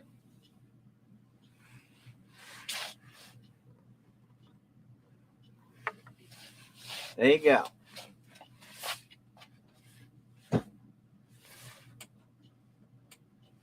Take in consideration shipping's about $65 in the lower 48, so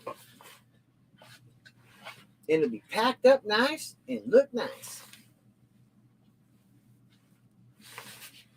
So there you go.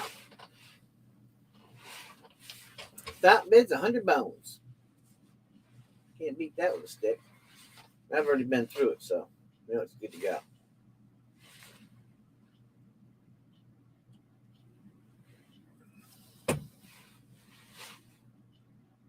Yeah, sounds like Heath. Sexy past the Bob. Sexy past the Bob. What the hell? Oh, also at 120. Thank you for your bid. That's a nice deli. Especially when I had my fingers in it. It will be packaged really well, too. It'll sit in foam, and then it'll be inside of a box and shipped out. It's a nice guitar. And there's only one.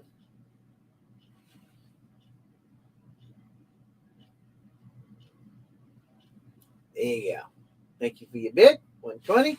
Do we hear 130? I'm sure somebody's kid would love to have one of these. Absolutely. Absolutely. Dootly.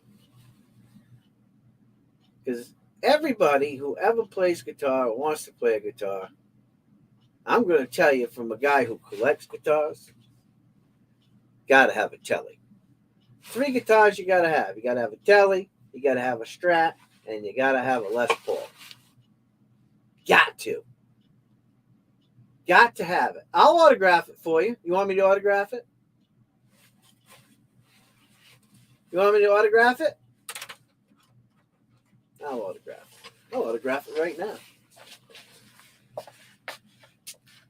May want me to autograph it. Seems that you want me to autograph it. You want me to autograph it in the front? Right up here? You want me to autograph it here? Or you want me to autograph it on the back? How would you like me to autograph it?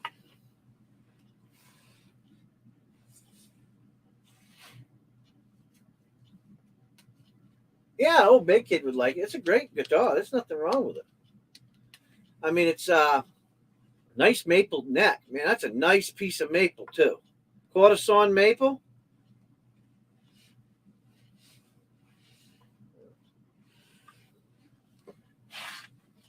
Not for you to say. Well, I'll tell you what. If somebody wants this thing, I ain't playing around. Let me just do this. If you're thinking about it, well, think wrong. Because that's a great deal. If You want it. You better jump down in on it. And I use the Milwaukee Sharpie to do it. Why? Because I like Milwaukee.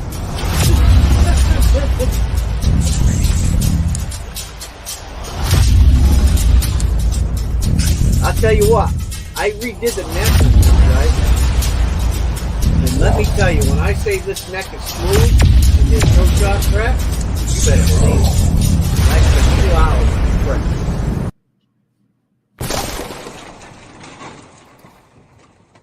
That in itself, $75. Oh. Sold! Congratulations, oh so poet. Now you can tell me, where do you want me to sign it? I think it looked good right there because it's a black magic marker.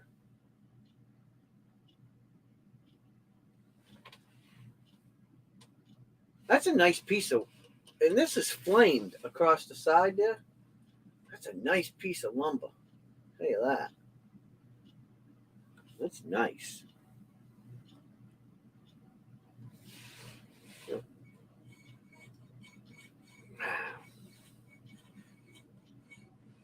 Okay.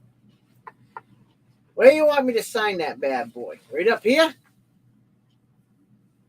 That'll look cool, I think. I think it look cool right up there. What do you think? Yeah? Yeah? Okay. Let me do that. I'll sign it live on camera because I'm not going to have it up in the camera when I'm doing it.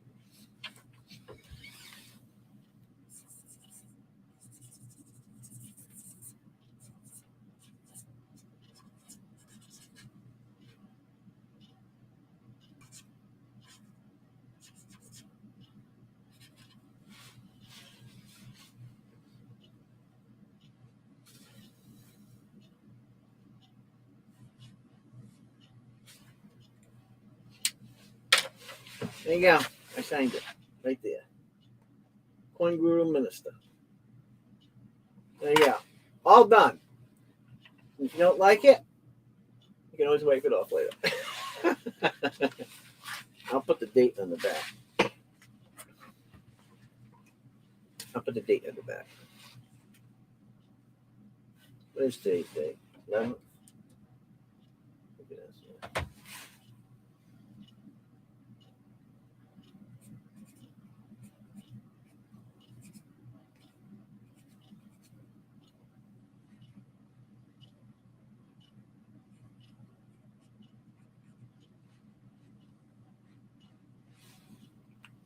All right, all set. Congratulations.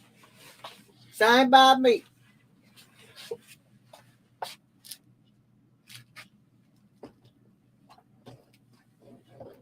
we go.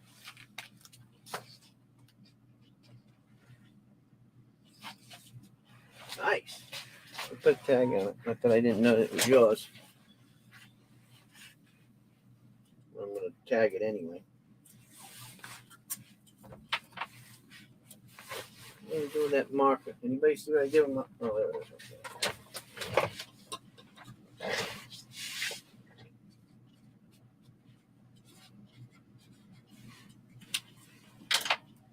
Oh.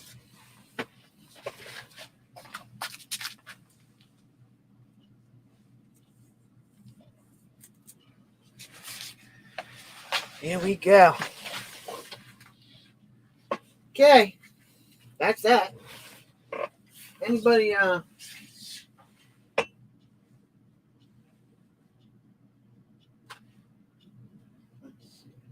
okay, so let's see. How many people we got in the chat? Ride with the cause. How many people we got in the chat right now?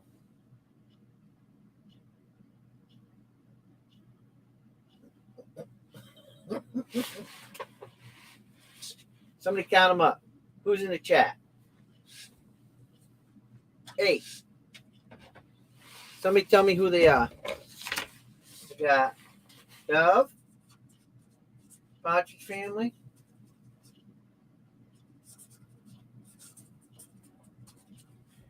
We have OSP. We have MKCO. We have, who else?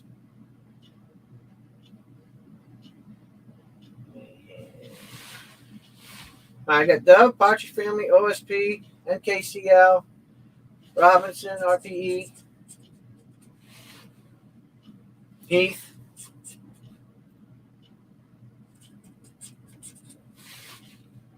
I got 6. Who are the other 2 people? I don't care who's looking. I care who's in talking. That's what I care about. Because you got to be active in the chat before I do what I'm going to do. What else we got?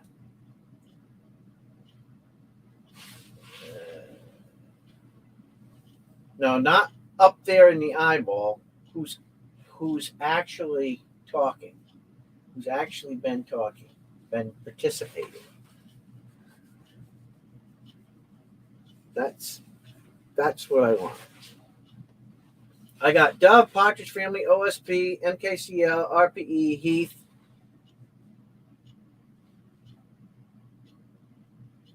Is that it? So there's only 6 people active in the chat, right? I got MKCL, RPE, Heath, OSP, Partridge Family, and Dove. And Jack. Jack's in here too?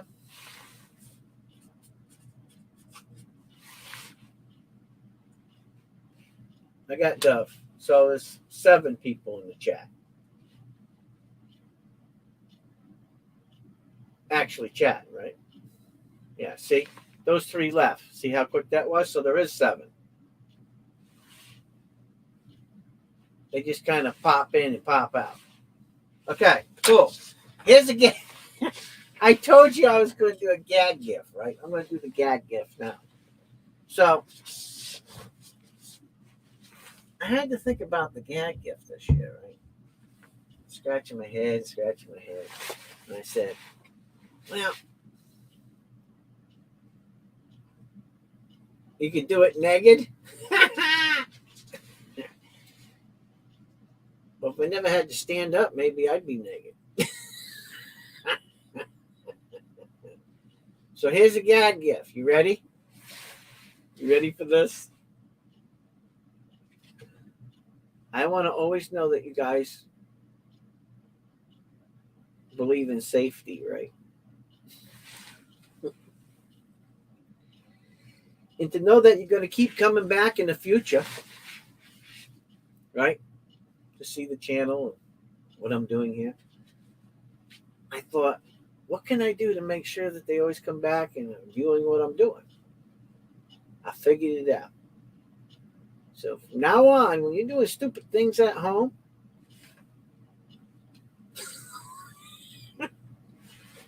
you will have no excuse not to put your safety glasses on, because I bought a box of safety glasses. And I want to make sure that everybody got this safety.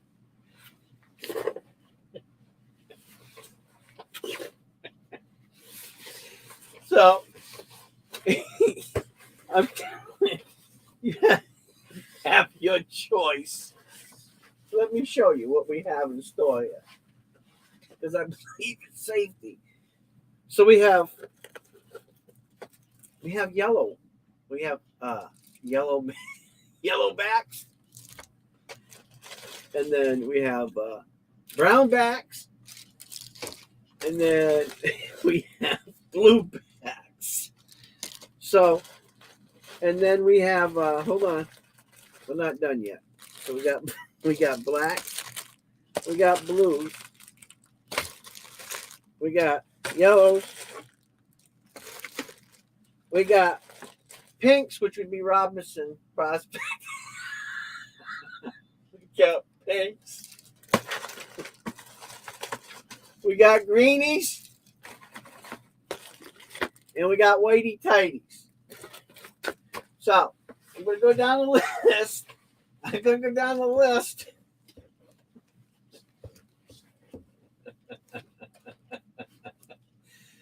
And you tell me what color you want. All right. We're gonna start with Dove. All right. Robinson wants blue. Okay. Okay, hold on. Robinson wants blue. Okay, we're good. Okay.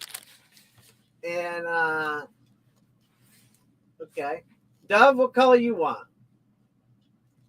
You got green, red, white, brown, blue, and yellow. Pink. Okay, you got it. You got it. Pink. Pink. Pink for Dove. All right.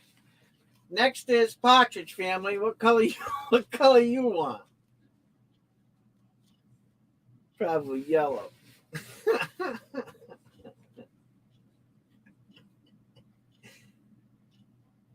color you want, man?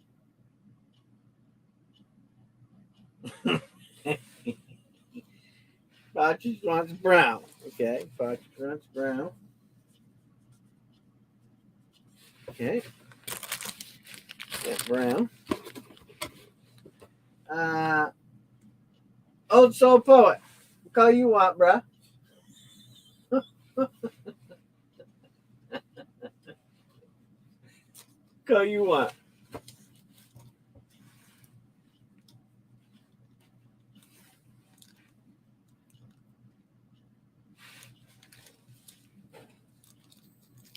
Also wants green. All right. Cool. MKCL, what color you want? We got brown, blue, yellow, green, pink, and white.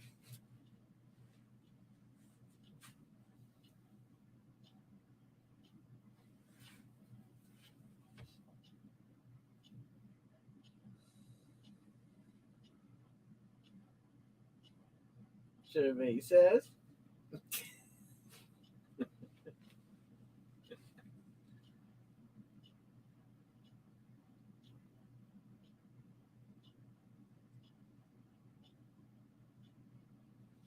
Pink. You got it. Pink. Pink. Pink. Heath, what color you want? Real man, non-binary. We're pink. Eye protection. That's funny. We have no protection at all. You're nasty. But I like it. All right, what color you want, Heath? Blue. Okay. Blue. Okay. And Jack, what color does Jack want?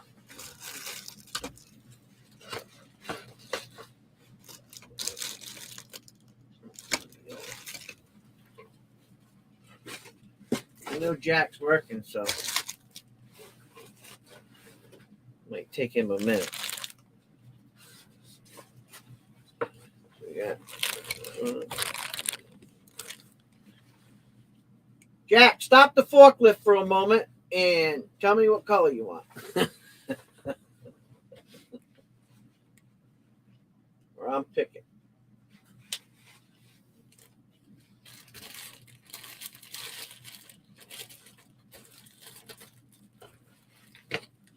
He's probably going to be like, I'll just give him a green one. We'll just give him a green one because he's slagging. All right. So I know you all got a little protection this year. So if they ask me if my friends believe in slapping on some safety, I can say yes.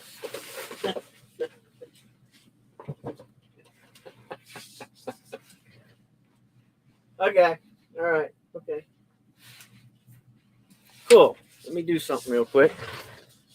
So I know I don't screw this up. Let's see. Blue.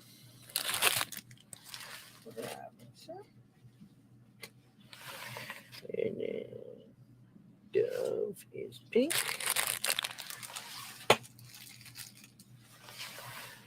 And then OSP is green. And then KCL is pink.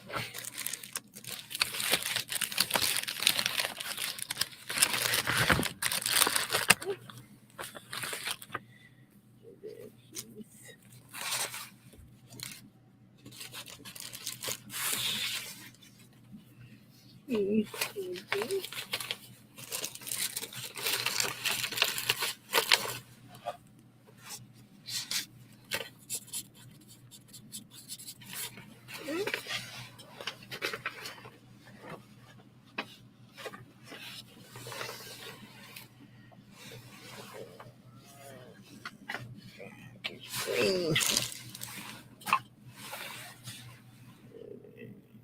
Partridge Family.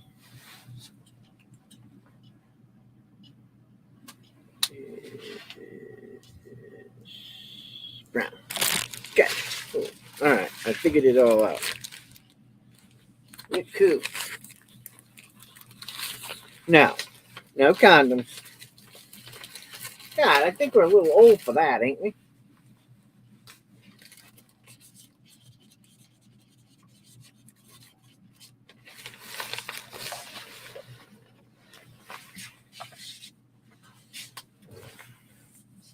Hey, we got to think about vision safety here.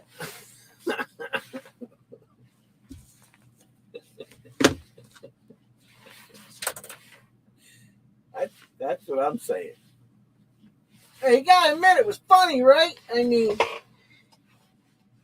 I had to do something that was actually useful in a gag gift, but, you know, man's got to do what a man's got to do.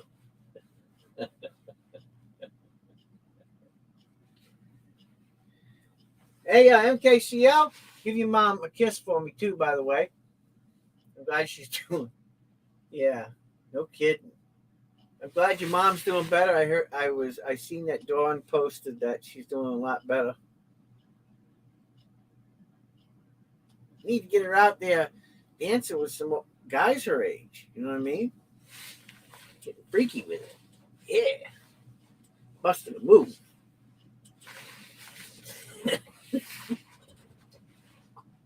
probably shouldn't have done that. Old age, man. Kicking my butt.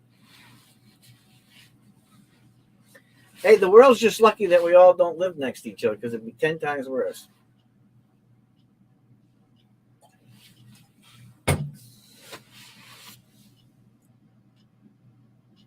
Yeah. Well, that's good, you know. I mean, look. I had to call my ex-father-in-law yesterday. He sounded terrible. So I've been sick for about a week. Figured I'm going to have it for about 2 weeks. And I was trying to tell him some things to do. He's like, I just use some tea and some honey and some brandy and I'll get through it.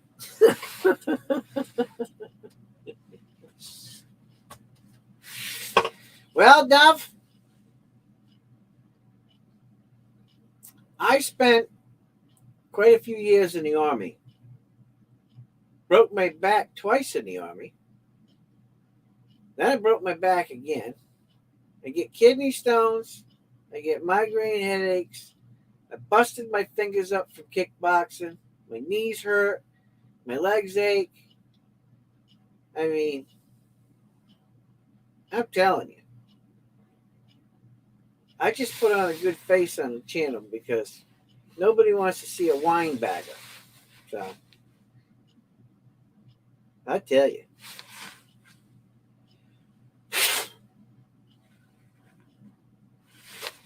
Some days, whew, it's rough. That's right. Rode hard and put up wet. Now look, I'm going to be honest with you. If I have to get something done, I'm going to get it done. But I'll bitch afterwards because I know what's going to happen. See, if it's a hard job, I was in the doctor's the other day, right? I was in doctor's. Oh, by the way, Jack, while you was driving the forklift, I just want to let you know I picked your safety glasses and they're green, and I put them down there in your pile. Just to let you know. But so I had to go to the doctor's the other day, up at the VA, and there were 8 people in the room, and I sat in the middle of the desk, and they were all watching me. Now these are 8 different specialists, right? And this is for pain management intervention. And I told them my story, which I don't like to really get too deep into my story because it gets, I may be a tough guy, but even I cry. I tried not to, but it didn't work out so well. They were probably thinking I was crazy after I told them everything, but I mean, I didn't get down to every little detail of every little thing that's wrong with me because, it would take more than the hour and a half that they had allotted for time. But, it's hard when you try to explain things to people because, every day's different with me. Some days are great, some days are just shit, And I think that's for anybody that gets older and is in pain, It's just the way it is. Not every day is exactly the same pain line. 4 bolts in your spin, good times. 4 bolts in your built knee, 4 bolts in your ankle. Yeah. Oh, yeah. Do I need any gloves? What kind of gloves? You mean like these type of gloves? This is my last pair. The last pair of gloves. A friend of mine bought me these. You guys might know him. His name's Doug. I was a good boy that year. I guess I wasn't good this year because I needed another pair. These are good gloves too, by the way. This is my last pair. I can't use them. I have to frame them because they're my last pair.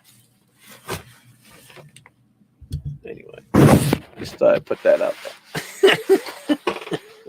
Them are good gloves too, by the way. Yeah, I like gloves. I use gloves for everything, by the way. Especially when I go outside, Because, man, I'll tell you what.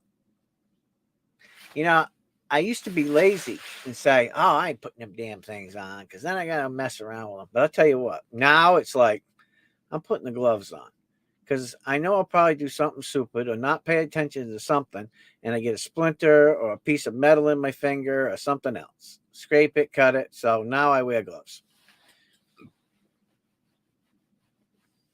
With coins, I like to wear gloves, but it's not always necessary. It's really about how you hold the coin, How you cradle it.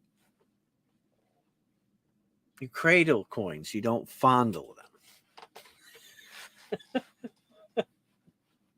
No glove, no love. Hey, maybe Elvis Presley should have said, glove me tender, glove me true, will you glove me dear?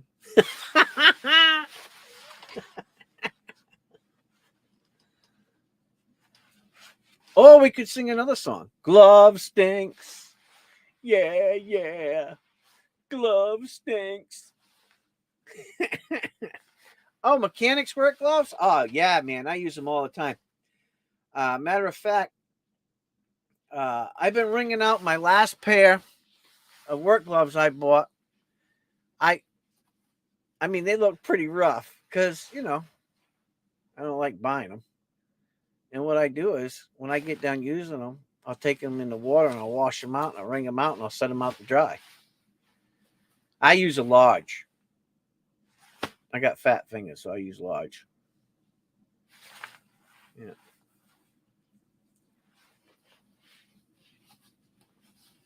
Oh, yeah.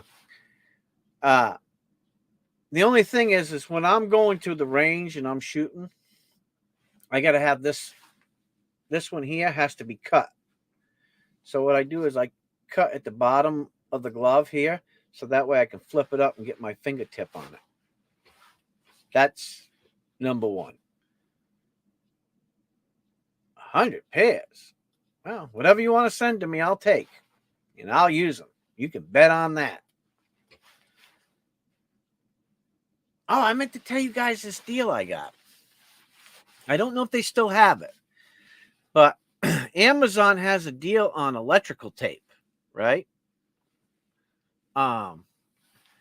It's yellow and it's Amazon brand, right?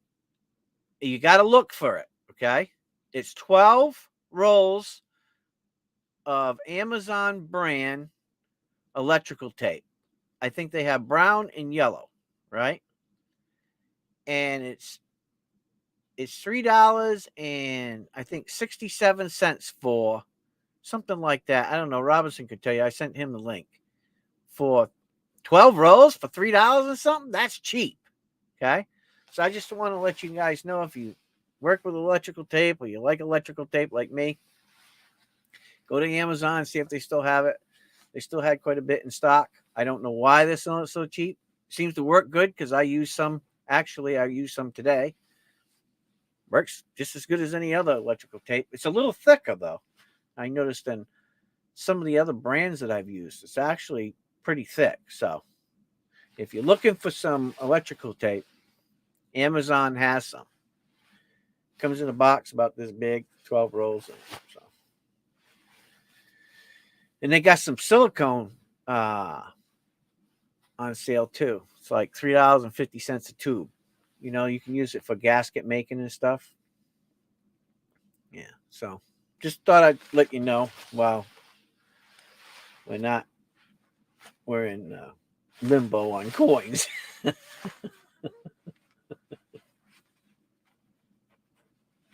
I use gloves for everything now. I mean, think about it. You can use gloves on wood. You can use gloves when you work with metal. You can use gloves when you cutting wood. Whatever you do, gloves are great for. So.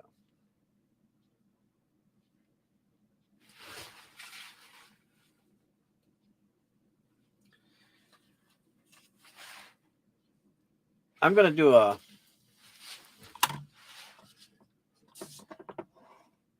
wait for OSP to come back. I'm going to do a Crazy Morgan. I sell them at the flea market for $6 a pair.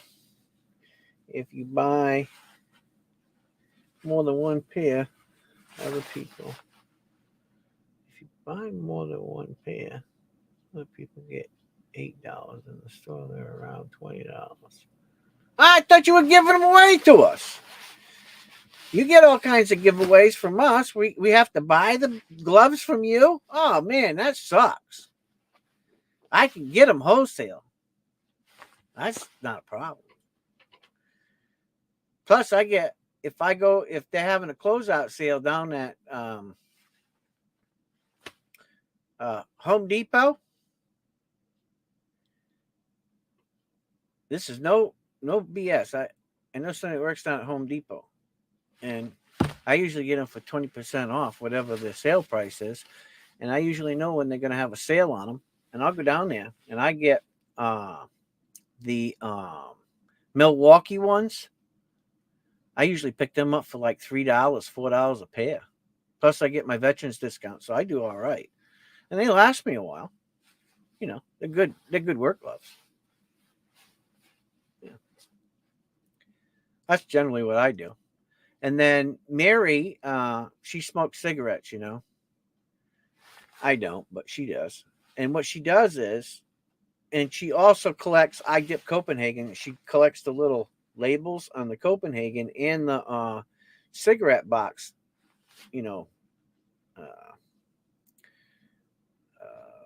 codes on the side. And she got me a pair of nice leather ones from Copenhagen for free. They sent them to me. All right, Heath, take care. God bless. We'll catch you guys later. Have fun out there plowing.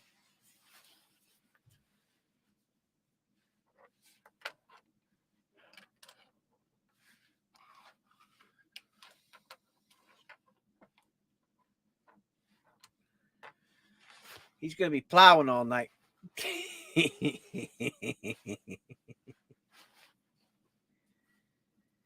Now, pay attention. We got something cool coming up here.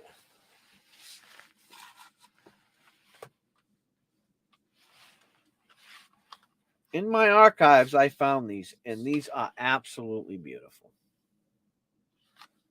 So, I want to put these up here. And,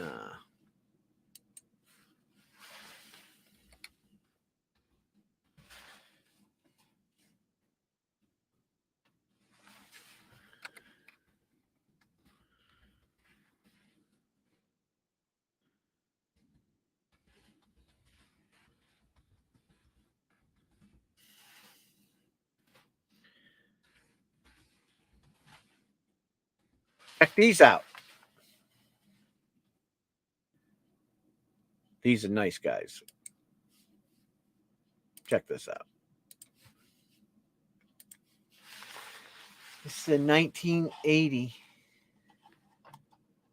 Yeah, nice. Proof set. Got a nice Susan B. Anthony in there.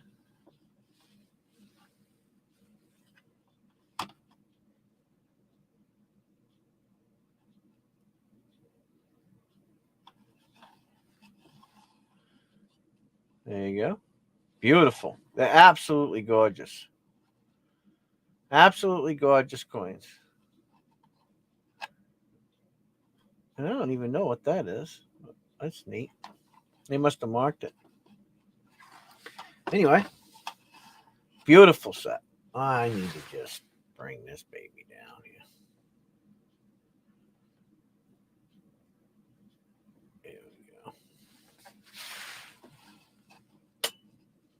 Really nice set. 1980 proof set. Kind of cool. I seen them. I said, man, I got to get them. So there you go. There's a cool set to have.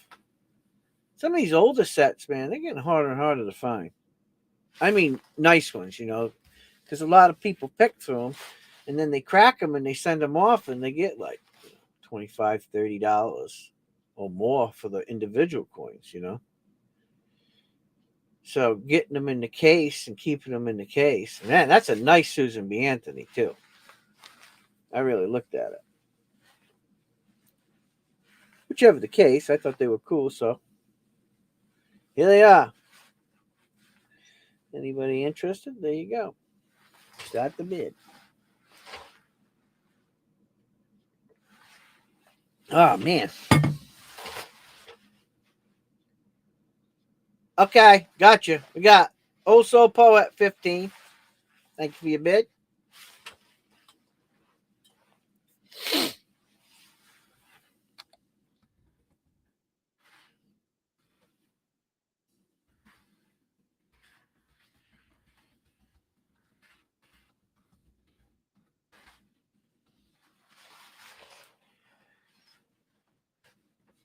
Yeah, it's a nice set.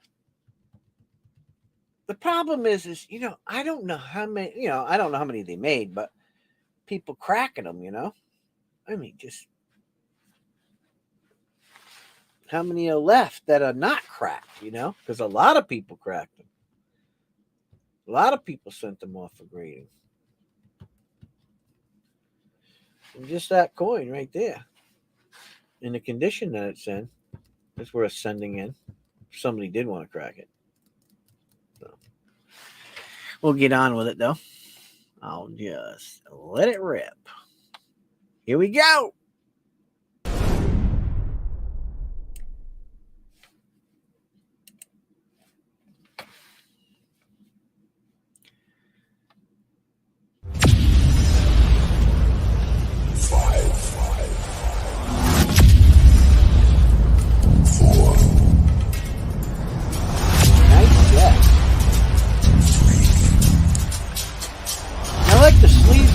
Back in those days too. Don't do that stuff anymore. I don't know why. Yeah.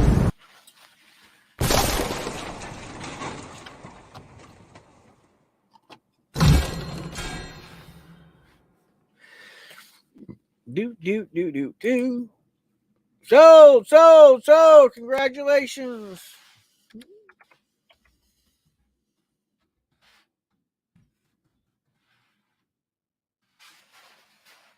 Yes, I think that's neat how they did that, you know? They made that case like that. They don't make anything like that anymore. And then you just bring it up here like this,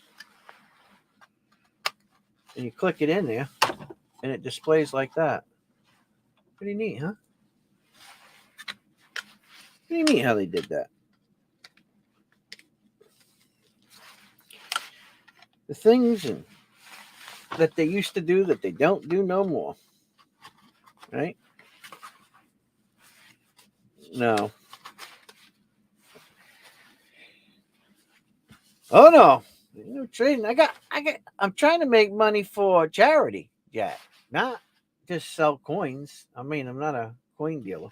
I'm trying to actually make some money, you know, to help out with the charities. I mean, if I did regular auctions and I was a dealer, then it'd be different. But I don't need that job. Trust me. Just putting stuff together like this is hard enough.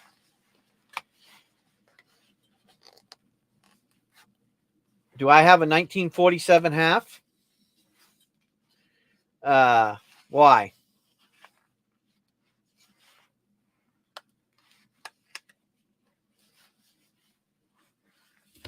Why is that, Partridge?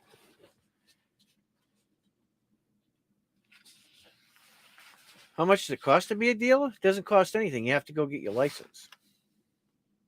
You have to have a business license. The problem with being a coin dealer is you got to know about a lot of different coins. You got to have books. You got to know where to look, how to look it up. You got to understand gray sheet, how gray sheet works, what the dealer trades are between dealers, right? Because, you know, dealers trade to trade. And then you got to understand, is the grade that I'm looking at inside of that holder that I'm going to do gray sheet, you know, how much above or below gray sheet am I going to do? Is it an annex holder? Is it an NGC holder? Is it a PCGS holder? Is the grade in there the actual grade?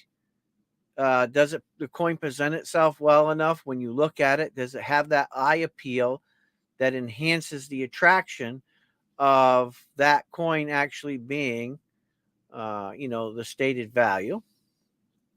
What's the rarity of how many coins were actually graded by that company in that grade? I mean, there's a lot of, you know, scenarios that go with being a coin dealer, you know, and you got to make money or you're not going to stay in business, right? That's just the way it is, you know. When I worked for a guy who, you know, dealt in coins, and I did it a little bit for him from time to time, you know, the one thing that he taught me was, you know, you've got to make money. And a lot of people, you know, they could get very pissed off if you buy a coin from them, right? And it's in the raw, right? And you give them a fair deal for whatever the coin is in a raw. And then they go off and they get it graded. Or you get it graded and it grades higher than what you paid them for. And you might make, in some cases, a couple of $100. Or maybe you got very lucky and it was super rare and you made a couple $1,000. People get pissed about that. Well, when they were sitting there and they were doing the deal, they wasn't mad.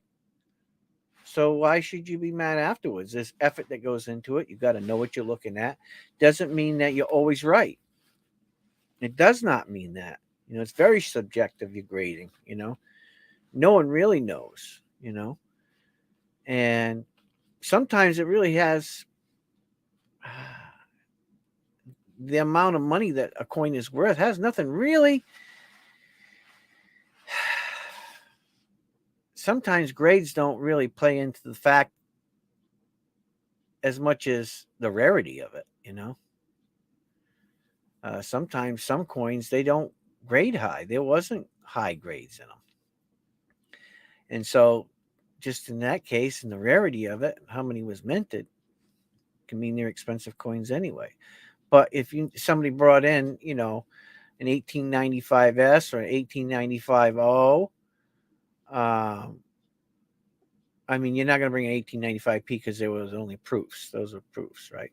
So, or 1894, you know, and they're nice mint state ones, then, you know, you should pay them a little bit more for the coin, knowing how much you're going to make. So, because they're rare coins, you know, the 1893s, the 1894s, and 1895s, you know, they're sought after because there's low vintage and they're rare. So, you know, some coins don't need to be perfect. And some coins are really valuable and you can hardly even see them because there's certain people that collect them like that. And it's so rare to find them in a good state where they don't, you know, where a grading company doesn't say, oh, scratch, dented, wash, clean, whatever else they want to write on there, right? Sometimes just the raw coin, look at it and it's war and it looks good and it grades at a super low and there's not many of them. Those can be very expensive too. So it's not just, you know, you might have, you know, 10 million of them that are MS62 or MS63, but you only might have 100 of them that, you know, are in about good, that are clean with a, you know, what I mean by that is with a clean grade, not being cleaned, but a clean grade, you know, not being marked or scratched or dented or whatever, it's just worn. So, you know, there's a lot of benefactors to it all.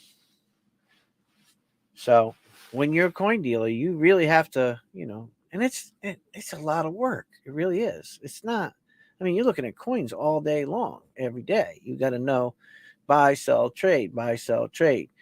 You can't try to sit on coins for the highest price, and because you know you're not going to make any money. It's sitting on your shelf.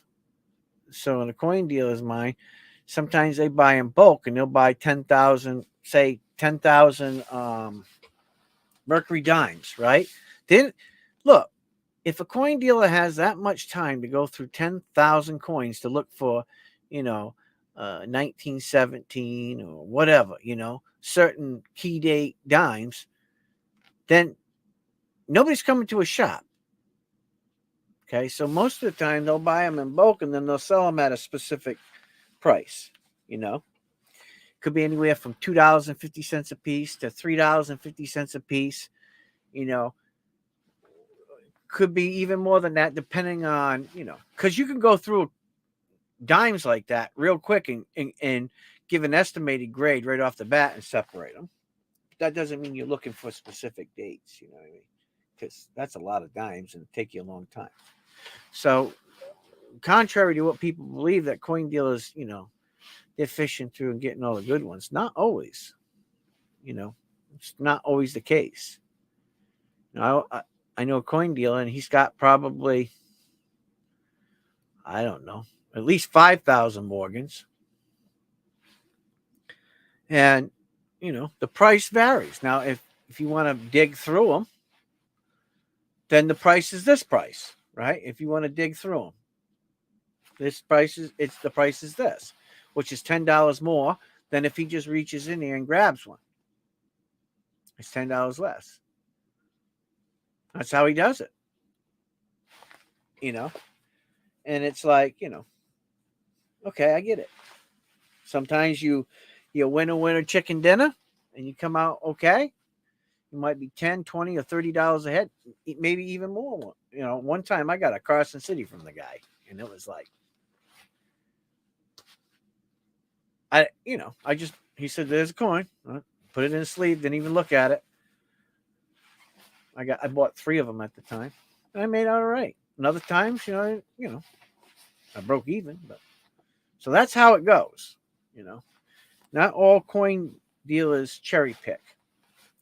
You know, now if a coin dealer is buying 10 coins from somebody, oh yeah, you got more time to kind of look at them. You know what I mean? And when you look at coins every day and you've done it for 25 or 30 years, you kind of, you know within a couple of grades what that coin's going to be. It's going to be XF, AU. You're looking at the high points of the coin. It's not hard to be a coin dealer. It's just I don't know if it's always lucrative because you got high points in collecting and low points. Right now, they're on top of their game. There's people are selling American Silver Eagles at $12 and $20 over, spot or more, right? Buffaloes, they're selling, anywhere from, $28 to, $38. Supply and demand has a lot to do with it. So, when you do, who wants to do that? I don't want to do that. It's just too much work for me, too much stress. I just don't want to do that.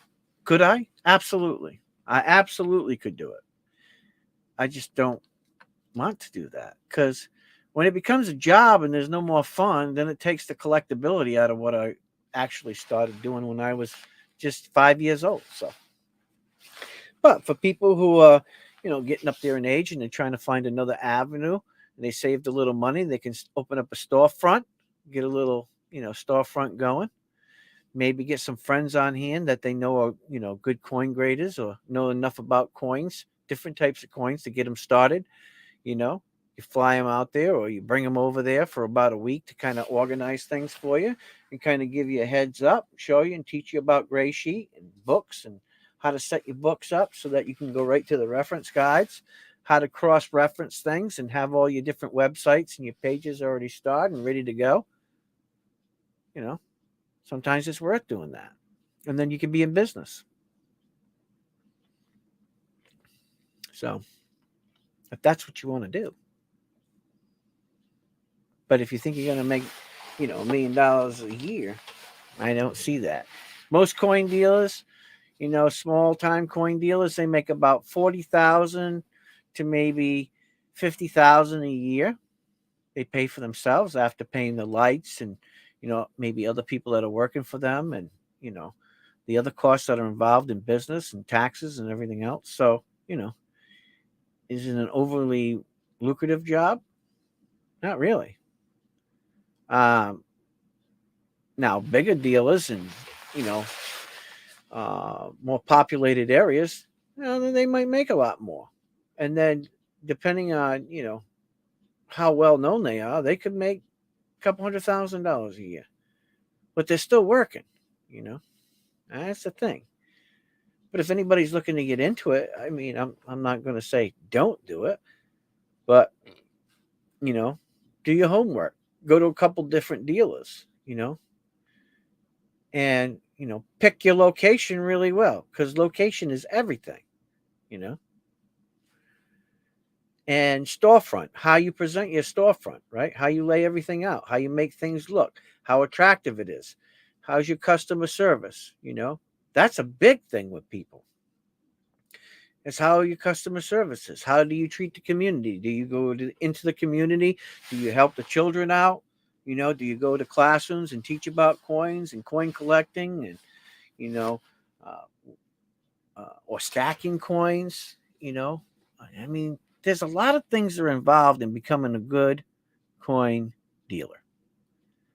And unless you know all those things and you practice all those things and you build a rapport with your community, it's probably not something to really, dive head into, And that's really my take on it. I don't usually tell people those things or explain those things to people, even though I know all those things and I've studied all those things. But you can always learn something new, And the problem being a new coin dealer is the old coin dealers, right? They've been doing it for years, so they know a lot of the things that a lot of the knowledge that's probably not taught today, right? Little tricks of the trade of knowing certain coins and, you know, which ones are worth your time and which ones ain't worth your time. You know, so, but I wouldn't dismay anybody from doing it. It's a hard thing. It really is. Now get off my soapbox.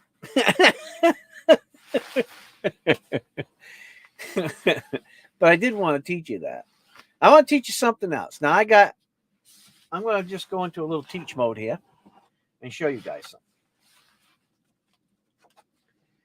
So I put together 8 Morgan silver dollars.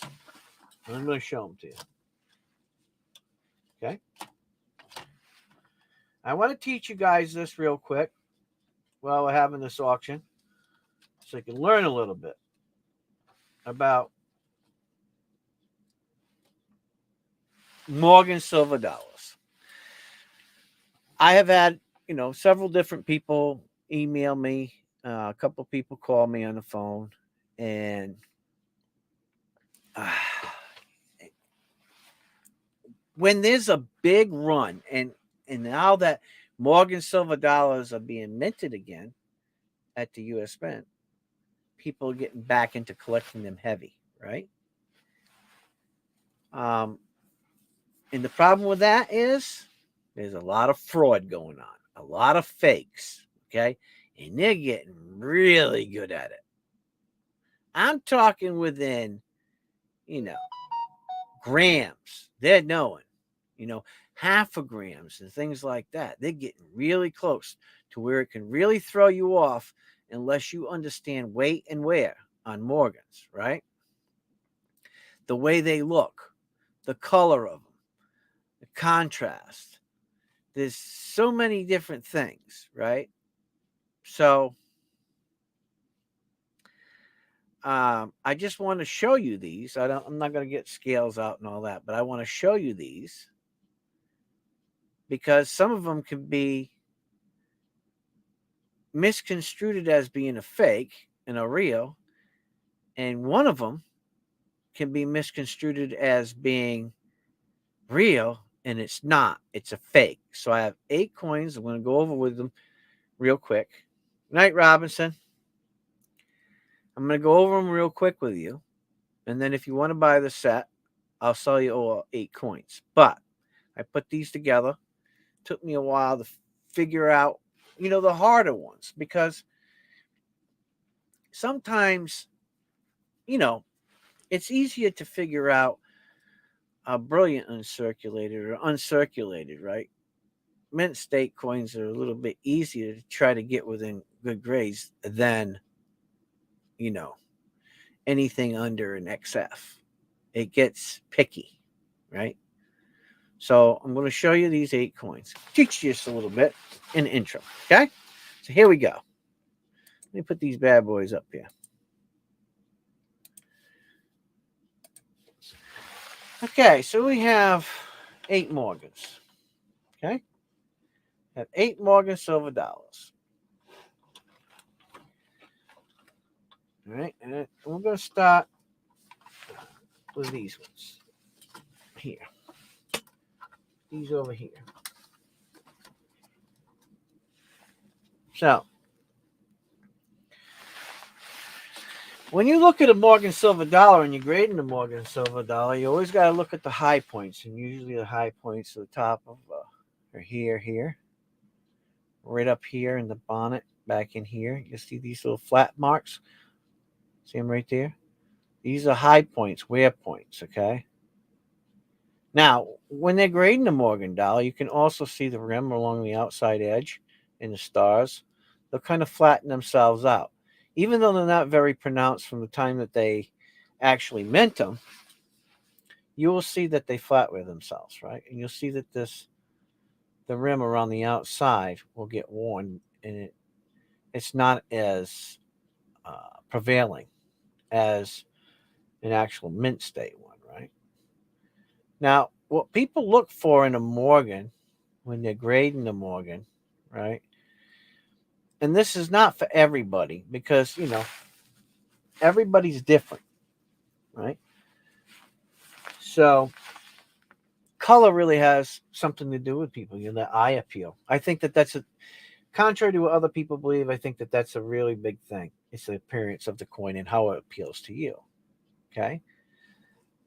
Another thing that you want to look at is the size of the lettering and where the letters go. Now, when you're looking at a mint state, it's a little easier because the one will actually line up between the lines down here. Okay. The color of the coin. Now, you got to study silver. So what I tell people is, as you're getting real coins, right, always make sure that you compare any coins. If you're going to buy this level of coin, right, so this type of grade of coin, which is, a good, then bring a good coin with you. If you're going to go to a coin show, or you're going to go to a coin dealer or something like that. That way you have a reference coin. Okay. Now, the same thing down here. You can see the difference between, a good coin and an about good coin. And how you tell is the eye here is more pronounced. If you look, you can see her nose, her lips, her cheek, her neckline looks good. There's wear up here. You can still see Liberty, and Liberty's pronounced, right? There's a flat spots. You can see that. Okay. But you can see more hairline detail. Okay. And the eye is very pronounced. See? So the eye is still there. Now, even though there's wear on both of these coins here, right? You see that. And even though the color looks good in here, there's more detail in this coin here. Okay. Than there is here. See, now you only got a little slice for her eye. There's no angle to the back of the eyeball, so you can't really see how it's pronounced enough. Okay. So this coin here falls to the about good. Now, some people might give it a step up, but I would say this is an about good coin. Some people might call it a good coin. And I guess it really has to do with the person. Now, what plays also into the price of a coin has to do with where it's minted. Like this is 1883S. How many were minted? 1880p. How many were minted? So that can do a lot of play in the cost of the coin, and not just the grade of the coin. When we turn to the back of the coins, okay, generally the back of Morgans always look a little better. Now, this is the top coin, okay, the one that I told you that was, a good coin. So now you can see that the detail is more pronounced here, right? You can see just about everything. The only thing that you're missing here is the high points of the wear on the wings and the chest, right? Otherwise, you can read all of the letters, okay? And the rim's still there, so you can see the outside rim. Even though it's worn and it's flat, it's where it needs to be for a good. On this one here, about good, you can see that you can still read the letters. They're kind of worn in some areas. You can still see the eagle and God we trust, So this coin here isn't about good, right? That's what I would call this, right? And this one here is good. You see the color between the two coins? You see how the color kind of matches one another? Now, even though this is a little grayer, you have to understand there's no rim here. And because that rim is there, it's still a high point, right? So it'll always end up being a little shiny. This one here has none, so it wears more evenly, and the color pattern is more evenly. Everybody following me so far? Yes? No? Maybe? Hopefully, you guys are. So yes, these two coins are real Morgans. Okay? Let's move on to the next two. Here's the next two Morgans. Now, look at these. They're toned, right? You see the toning? How it's got that golden color right there? And then you see this toning, how it's got that rainbow effect. See it? The beautiful rainbow effect. It's kind of blotchy. You see how it's got the blotches in it? Now, if you look at this one, you can see more hair up here. See that hair? There's more detail. All right. I'm going to show you something about this coin. Okay, so there's more detail here. There's more detail in the bonnet and the top, and Liberty is red. Well, when you get down here, let me bring you in a little closer on this one so I can show you something.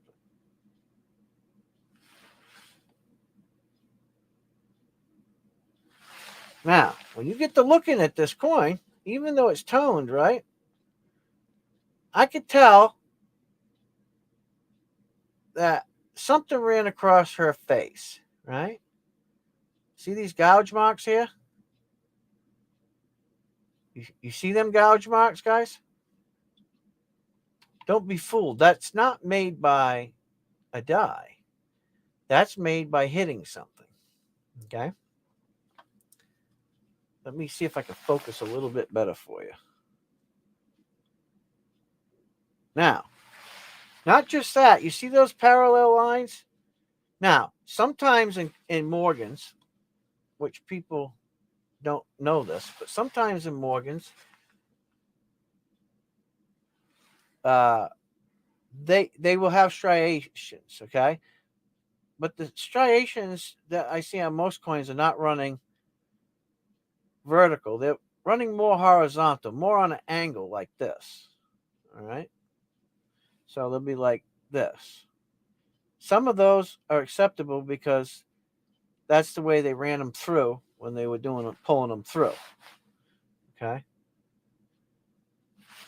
So even though the coin is toned, all right, that's an actual mark that somebody created, and it looks like that somebody, I don't know, scraped it or something on there. Okay. But that has been modified somehow. And I can see it in the eye too. See how the defining character of that eye, how it just looks bigger to me. For some reason, that eye looks bigger to me. I mean, I could show you that just by looking down here and not having any eye, right? A little bit of eye. You can see that, right? So now when you're looking at a coin like that, right? Yeah, it kind of looks like somebody shaved it or something, right? When you're looking at that, you can say, oh, that's a fake. Well, it's a good possibility because some coins like this that have those modifications could look like a fake, right? And all they did was take an old coin that might have been worn out, right? They copied that pattern on a die, and then they printed out, and it could look worn, and it could look like this. Because this kind of does look like, maybe there was a die break or something, right? It kind of gives you that representation. That's not the case with this coin. This coin has been modified, right? Or what we call tooling. I can tell that. Even though it has that color, now I'm going to tell you something else. I don't believe this color to be a natural color. It could be, but I'll tell you what. If I was to bank on it, I would bank on this color not being proper. Just by the way it lays itself. I've seen a lot of colored coins, a lot of rainbow coins, and I'd say with 80% belief that this is not the true color and this is not naturally done. Let's go down to this one for a minute. Now, this one has the colors that I've seen before, that browning color, right? If you've ever seen Morgans, you've seen this color, right? That browning color. Worn out, not much detail, right? So I believe that this is a fair or an about good. Really depends on the person that's grading it, but it's a fair coin. This is what I would consider cull, right? If you look, it's kind of shiny. You notice that on those points? Now, I don't believe that to be luster. I believe that at one time this coin was cleaned, right? Somehow, some way it was cleaned. I can't say improperly or properly. Did it do much damage to the coin? Well, I don't see, when I look at it and I'm moving it, a bunch of scratch marks or anything. So it could just be that it was a slick and that shininess was in there and then it toned over. Okay. Let me flip them on the back. Now, look at the back side. Back side's brown. See how it's brown? See how it doesn't look even? Right? See how you could tell that this color came over time, right? You could tell that. Still has some shiny points, which could be, some of the luster was still stuck in there, but I don't know. Good color though. Even though it's brown, it's good color. Now look at the back of this one. Okay. Now you see the difference between the color of this on the back side and the color on the front, right? Semi-matching, right? But it doesn't take up the whole coin, right? Look at this one. Look at this. This is really dark. It doesn't seem to present itself as a true natured color of what a Morgan would be. Is it possible? Well, anything's possible, but from all of the Morgans that I've seen, it just something doesn't float me right on the color. Is it real? Absolutely. Is this one real? Absolutely. But what I don't believe is, I believe the color is right on this one to pass.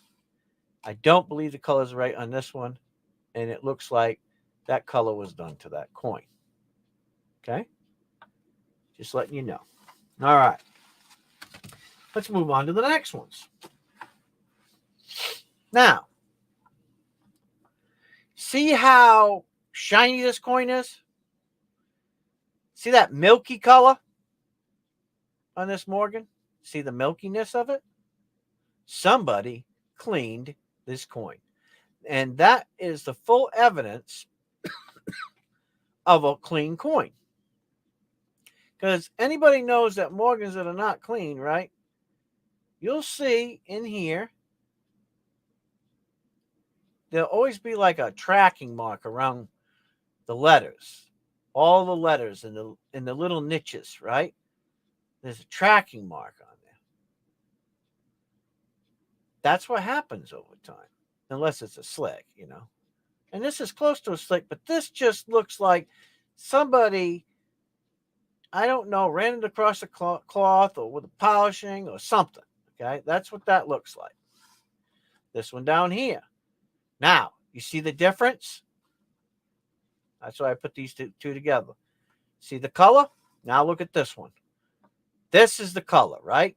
Beautiful coin. It's worn, right? We know that.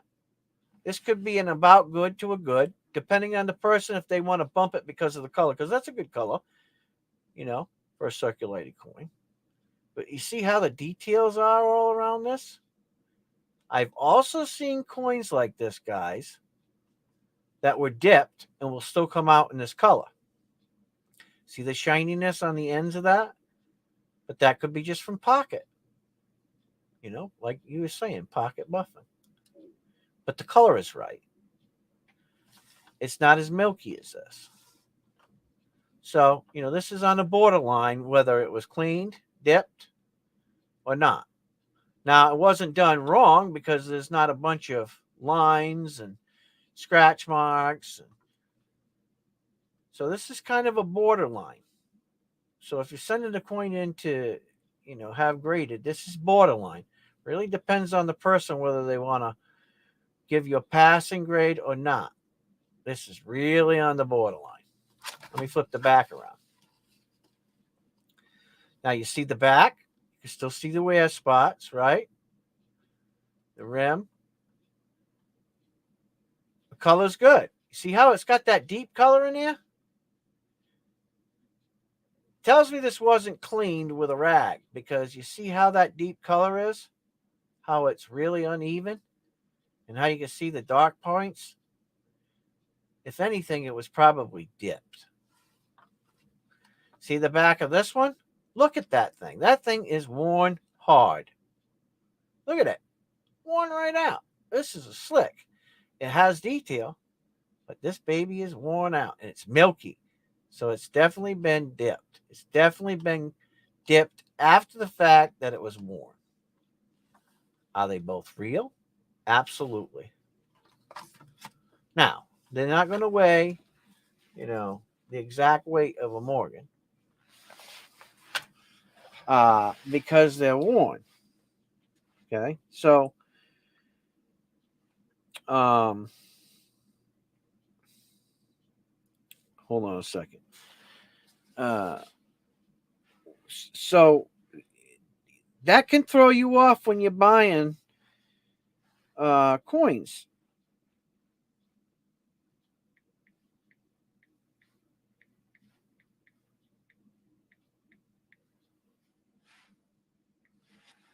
And it can throw you off to where you wouldn't think that it would be the right weight. So an average, well, I should say an uncirculated Morgan, right, weighs 412.5 grams or 26.73 grams, right?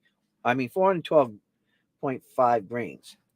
So you know that an uncirculated Morgan weighs between 26 point, we'll say 5.7 and 26.73 grams uncirculated, right? Because there can always be a little variation because they wasn't perfect back in the day.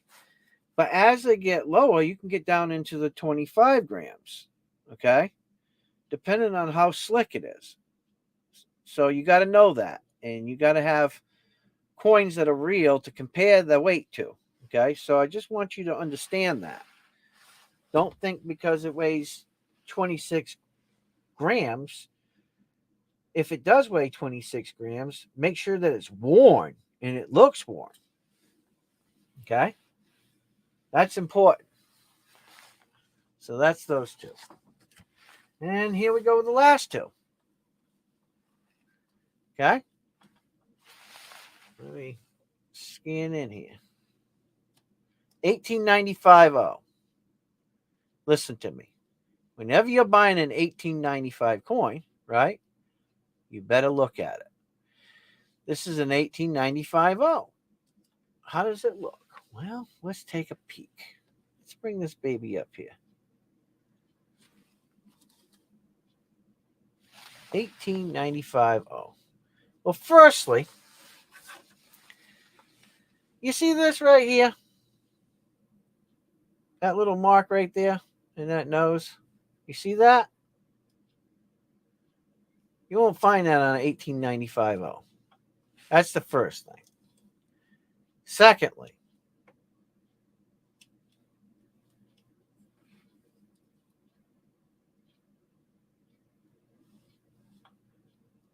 see how it's got these double marks in the S? You won't see that on an 1895.0 either. You see the way it looks down here? It's 1895. Look at the 9. The 9 does not look right. And the 5 does not look right on an 1895. I just know that, right? I just know that. And the color is off a little bit. You see the grayness of that color? Now, looks like a mint state, but why is the color so dull like that? Right? Does not look right. Now let's look at the backside. Let's bring it over here. Take a look. This looks like a brand new coin, but why is the wings wore here? Right? You see the spottiness up here? Let me get this up here so that you can see it. See that spottiness up there? That doesn't look right. Look at this T right here. Look at the way that T rolls off there. You don't see that on a real one. I got a real one upstairs, so I know. See the way that the E looks? The E doesn't look right. See the way that the dollar lines up on the bottom? It doesn't look right. And when I weighed it, it only weighed 22 grams. Wow. When I did the ping test, it didn't sound right. So guess what? It's not real. It's not a real Morgan. Now, let's look at the other one. Take you back up here. Now, when you look at this coin, it looks good, don't it? And to the naked eye, not looking at it with a loop and not training yourself, you know, look at the way the wings are. This guideline doesn't look absolutely correct. The color is there's something off about the color. And look at the outside of that rim. See how it's worn in some spots? You're not going to see that on a mint state at all. That rim is going to be perfect. Not look like it has wear spots like that. Okay? Let me take you back around and show you the front of that coin one more time. If you do not know what you're doing with Morgans, but another thing that you got to remember is see how this lines up? It don't line up right. I'll show you. See how that lines up right? See how it lines up?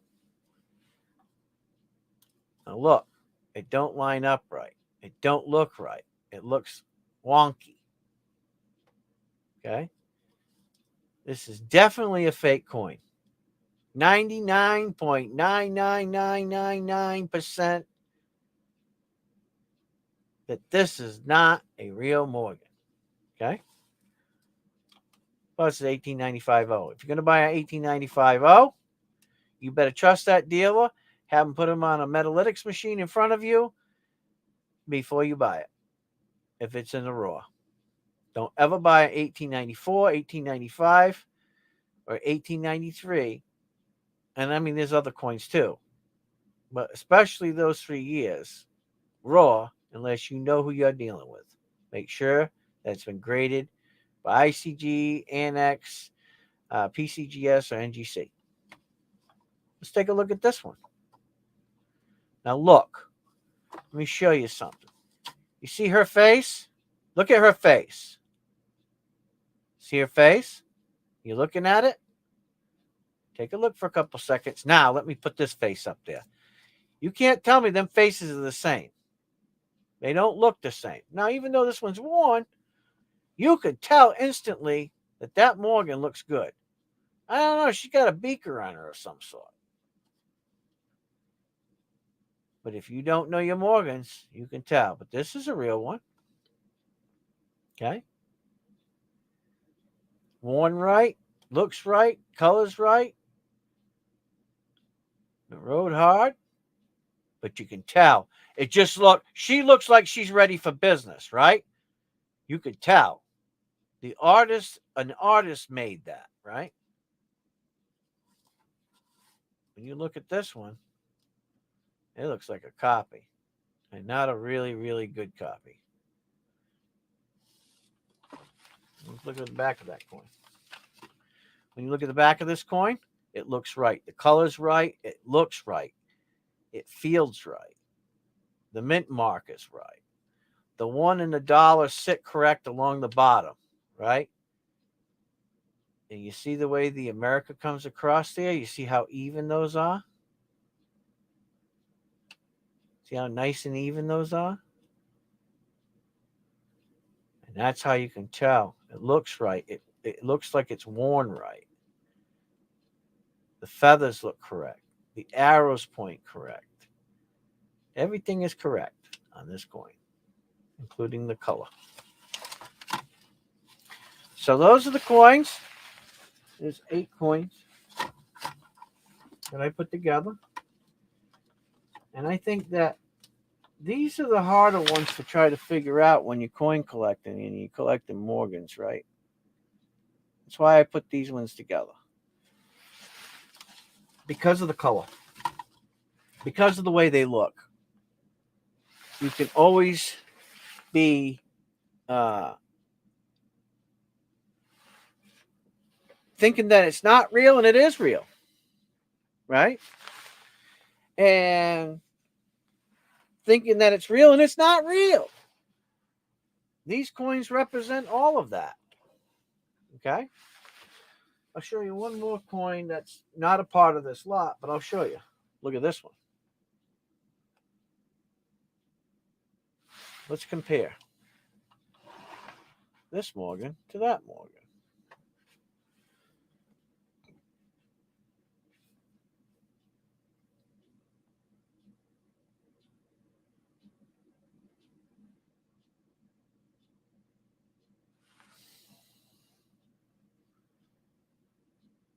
Okay? So I would say that this coin here is about an XF45. There's a die chip on her face if you look. See right there? See this line right here?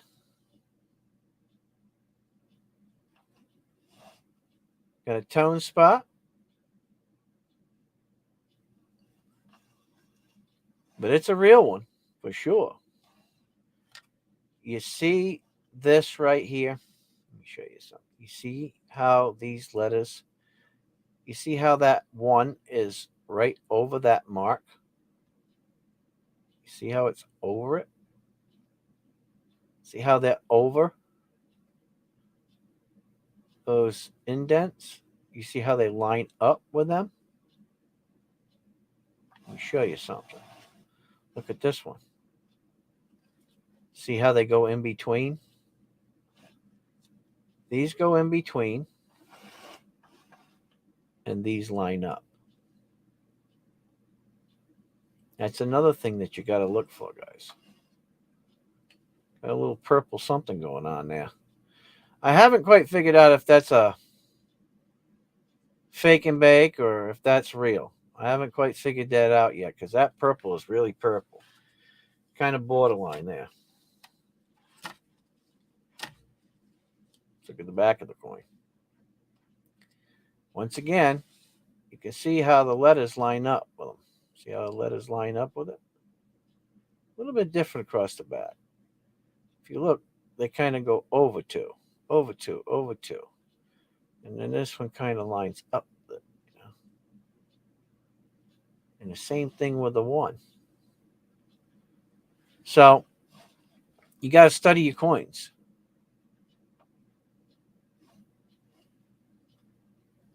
You'll find that some coins from the mint will have a certain mark and it'll look almost like a V over here.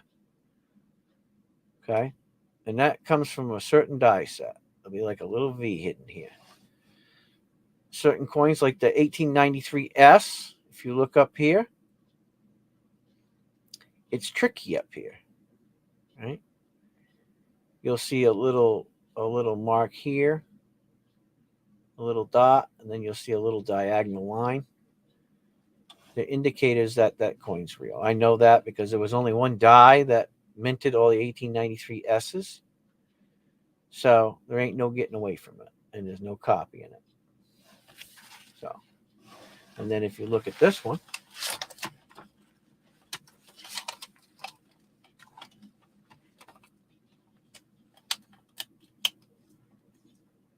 let me try to focus you in here a little bit better.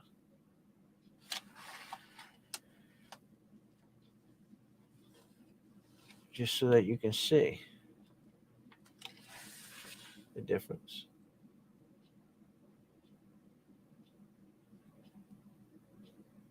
So you can see that dollar. See that dollar, the way it runs across the bottom? You see the size of those letters, how they don't look right here? But here they're really sharp and vivid. See the sharp and vivid here? But when you come down to this one, they look kind of lumpy. See how they look lumpy? So those are the things that you got to know when you're collecting. I mean, just some of the pointers. There's many other things when you're doing Morgans. I thought that it would only be right for me to try to get some coins together, and it took me a while to do it. So that way, there's a nice reference set. So these are a good reference set to learn from, to compare other coins to. And I know that some people have a problem with that, and they need to know. So if we want the set, it's $300. It is what it is. Whether you think it's worth it or not, it doesn't matter. I put a lot of time and effort into it. Like I said, this one isn't real. But you need to have a fake one so you know what fake looks like. And you know what fake weight looks like, you know. All the rest of them are real. But they all tell a different story, you know. So that's that.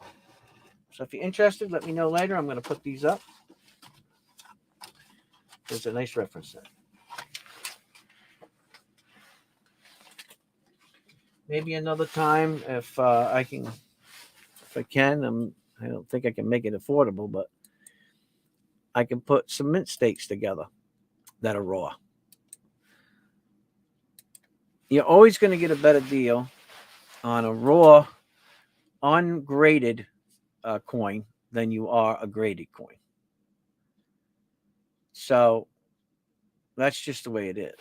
So putting ungraded Morgans together, you know, they're still going to, they're still going to cost you $65 to, $150 for uncirculated Morgan these days. That's just the way it is.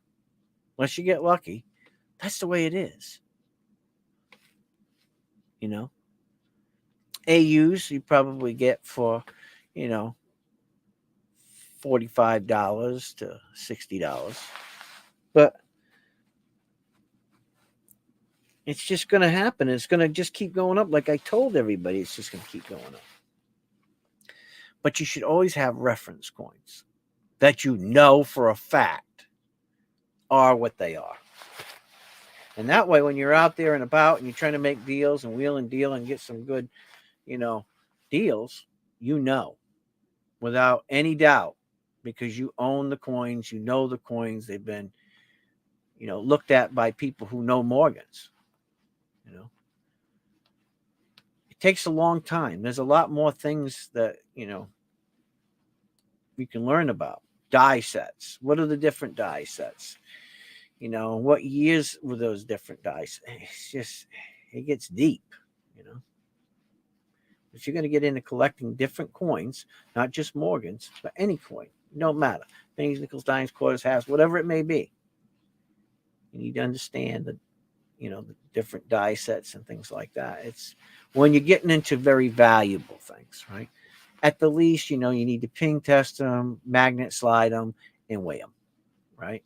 You don't always have to acid dip them, but at least those three things to tell you the story when you're doing silver. And the same thing, goes for gold. Gold is a little tricky. If it's a rare gold coin, sometimes the coin can actually be made of gold, be solid gold.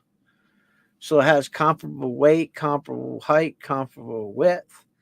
The only difference is you have to understand how it was struck. And those are out there too. And the way that they're valued today, I think you're going to start seeing people say, okay, well, at the price of silver and how much that coin would be worth, I'm willing to, overstrike a real silver coin so that it's a real Morgan and it's real silver and it will really pass the test. It just isn't that real date. That's the next thing that comes down the pipe. And you got to know that. So just prepare yourself when you're buying coins, guys. Because telling you right now, you can get struck upside the head real fast. It's happened to me once too.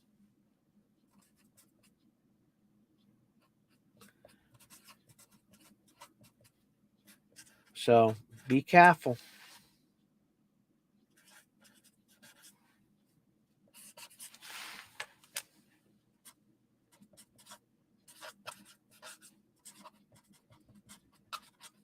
Just be careful. Take your time. Because look, some of these coins are going to cost you thousands of dollars if you get into Morgans. And even other coins, $50, whatever it may be, they can cost you thousands and thousands and thousands of dollars if you're trying to get the whole set together. And if you're determined to get the whole set together, don't think that you're going to get something that's super rare, that there isn't a lot minted, that half of the coins that were in the vault were actually, sold to England. So it melted down. So how many Morgans or how many silver coins in general are actually left? No one knows. No one really knows. They're just telling you how many was minted, but they're not telling you how many bags of this year, how many bags of that year from this mint or whatever are left, because it's impossible to know unless you have every coin. So I hope that was helpful to you guys. I hope you learned a little bit of what I've learned over the years, because there's nothing worse than buying things that you're not sure about. And if people think that you're not smart enough, they will try to trick you. They will try to sell you fake and bakes. I like I said, I missed a nickel one time. Now, you would never think that somebody would want to copy a nickel, but they did. 3-legged buffalo. And because I really didn't have extensive experience with a 3-legged buffalo, but it looked correct at the time, I bought it. Because it wasn't so far underpriced that it didn't seem reasonable to purchase the coin. And then I found out later on I got screwed. So,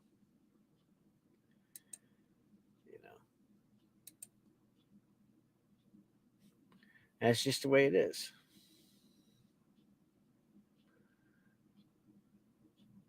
Oh, that's all right.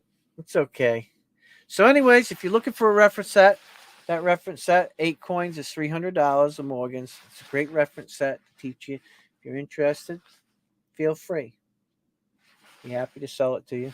Took me a while to put it together, but it's a worthwhile set to have. And I hope that you all learned something from me, because look, hey, you got to know. And people who just sell you coins and don't give you any knowledge, in-depth knowledge, they're just selling coins. They're just party friends, A real friend, somebody who really cares about what you're buying and what you're collecting, is going to give you some knowledge. And the same thing with a coin dealer, Now, granted, if a coin dealer has time, they're going to teach you some things. They're going to teach you some of the knowledge they learned over the years, And I learn all the time, I do. And I like to learn. Some things I like, man, well, I seen that coin one time and I didn't buy it because I thought that was, didn't look right. And it was right. And it was actually a valuable coin. So I screwed myself, but I didn't know. I didn't have the knowledge. And what good's there in having a bunch of knowledge if you're not going to teach it to one another? That doesn't seem right.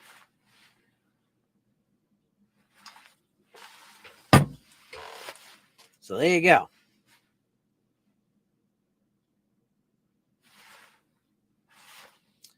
Yep. Here's another thing. when you're stacking silver, I had a guy, he said he wanted to call me up. He said, I want to buy $10,000 worth of silver. What should I buy? So that's awful difficult to answer that. But I'm going to answer it this way. If you're buying silver and you want to buy a lot of silver and you want to start sacking some to put in back, mix it up. Buy some, constitutional silver and then buy bullion.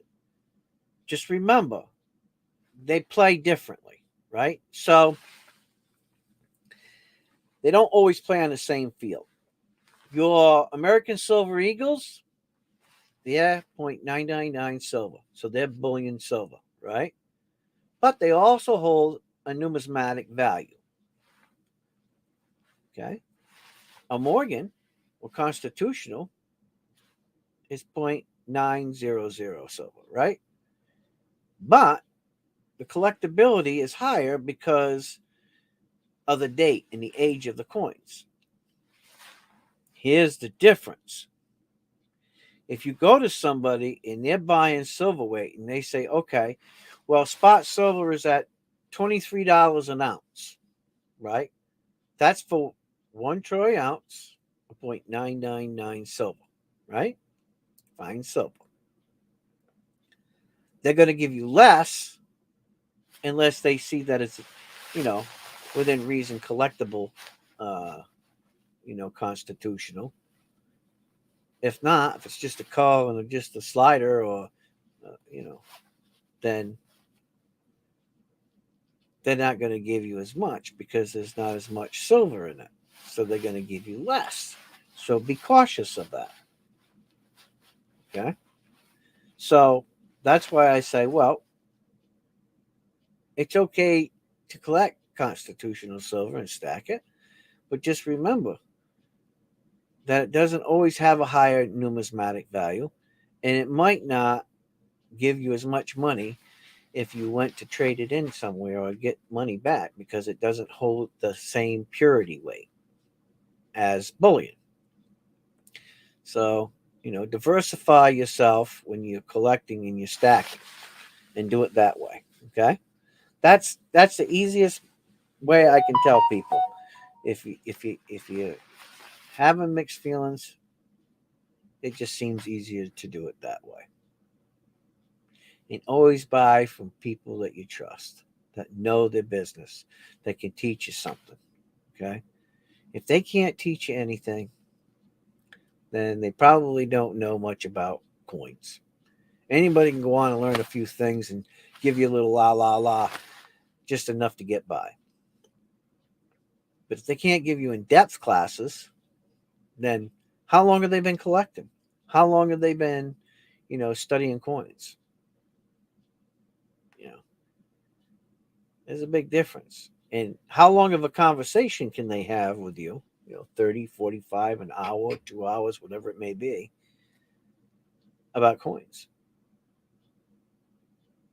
without looking at another screen or whatever the screen may be and reading off of somebody else's screen, whether it be PCGS, Going World, wherever, or a book. Learning is key. Knowledge is power.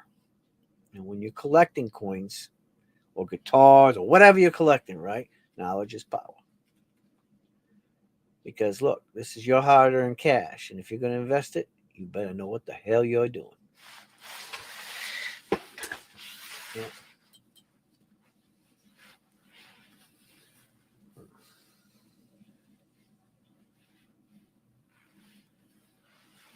So, just to let you know.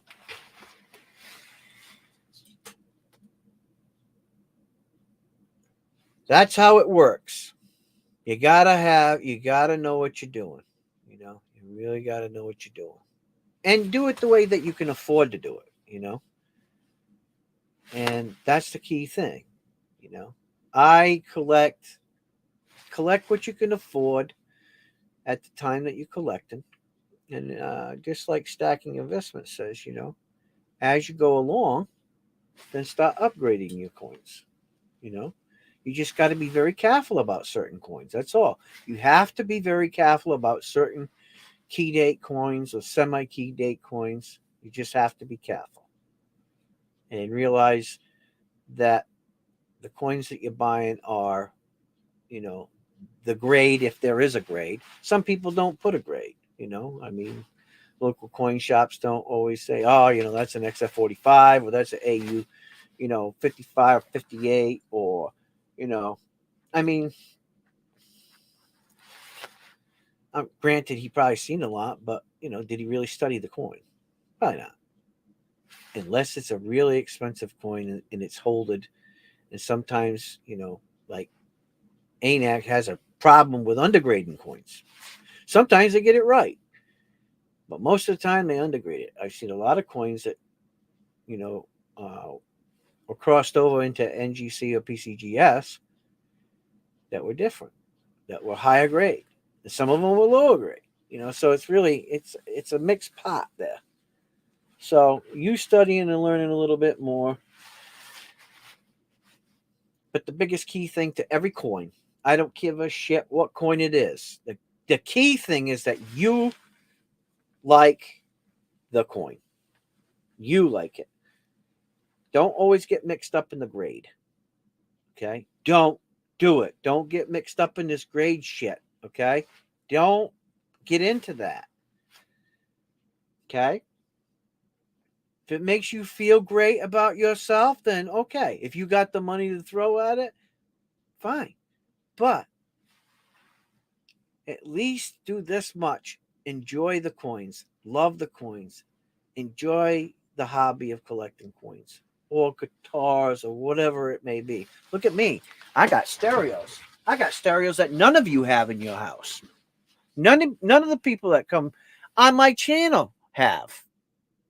I can guarantee you all the people that come to my channel do not have any of these stereos. They may have one, they may have two, but they don't have them all. Just like my guitars, I could take you in there. I can guarantee you they don't have that either.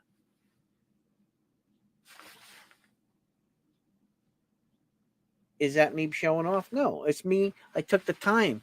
I invest time in them.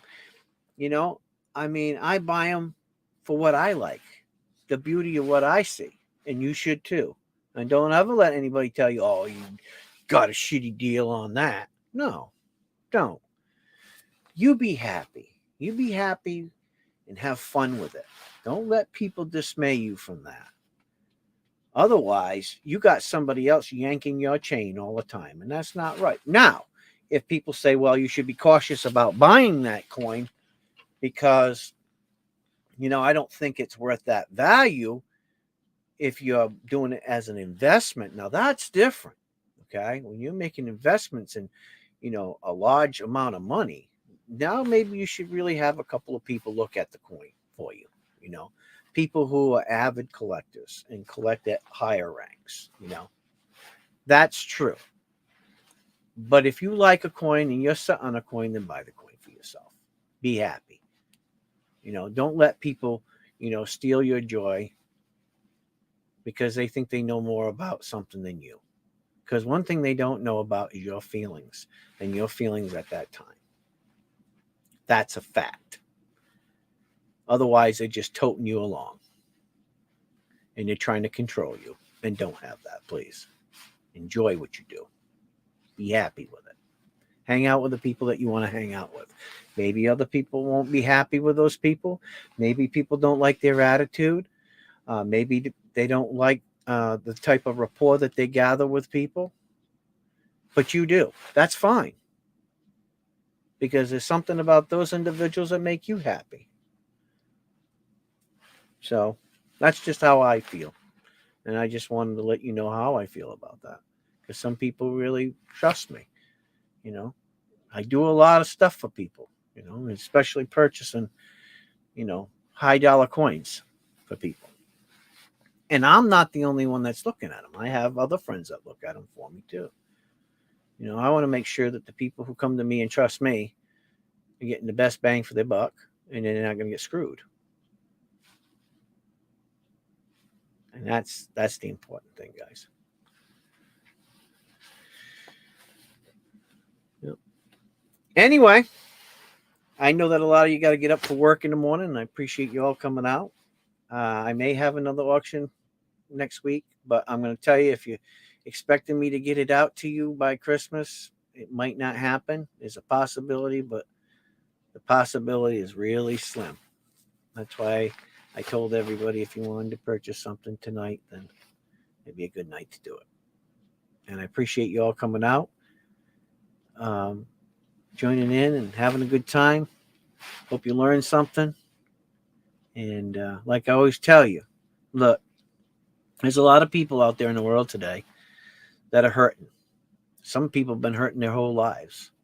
There's a lot of older people that are not, they don't have the income. They need some help. Even a loaf of bread, a gallon of milk, or a ride to the store, or a hug, or just a conversation, or sit down and have a cup of coffee or tea with them. That means the world to these people. Some people have nobody. Okay? And some people assume that they have somebody, but they don't. And they might feel lonely, And when they do, maybe they start to give up on life. Is that fair? No. So, keep your eyes open for those people. Be there for them. They need you as much as maybe you need them.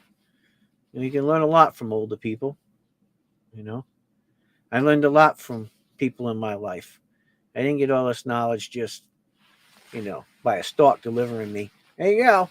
There's all this knowledge, and bam, I got it. No, a lot of people taught me these things that I've learned over the course of 55 years. And to them, I'm very grateful. I wouldn't be who I am today and have all the things that I have if it wasn't for them. But it took many years to get it. But based upon the information that I gathered from them, I have it. So take some time for those people. Remember, it's always difficult sometimes when you're faced with challenges in life and the hatred comes out of you and you want to hate. But if you can learn to outlove a situation, man, it's a great feeling. So take care of yourself. God bless you guys. Like I said, maybe I'll be on next Sunday, but if I am, just remember, I'm not promising you that I can get the stuff out by Christmas. The stuff that was here tonight and from the last auction, if you pay up in time and everything's paid, I'll make sure that it gets out and it's to you by, the end of the week. I'll be shipping it out. Okay? And if you purchase something from the last auction and you haven't paid up, I'd appreciate it if you could get to me and pay up as soon as possible. So that way I can get the stuff out to you and get it all out there by Christmas and packed up nice, and everybody can have an enjoyable Christmas. Okay? Take care. God bless. Have a wonderful week. This is Pastor Bob. And I'm out of here. See ya. Ding.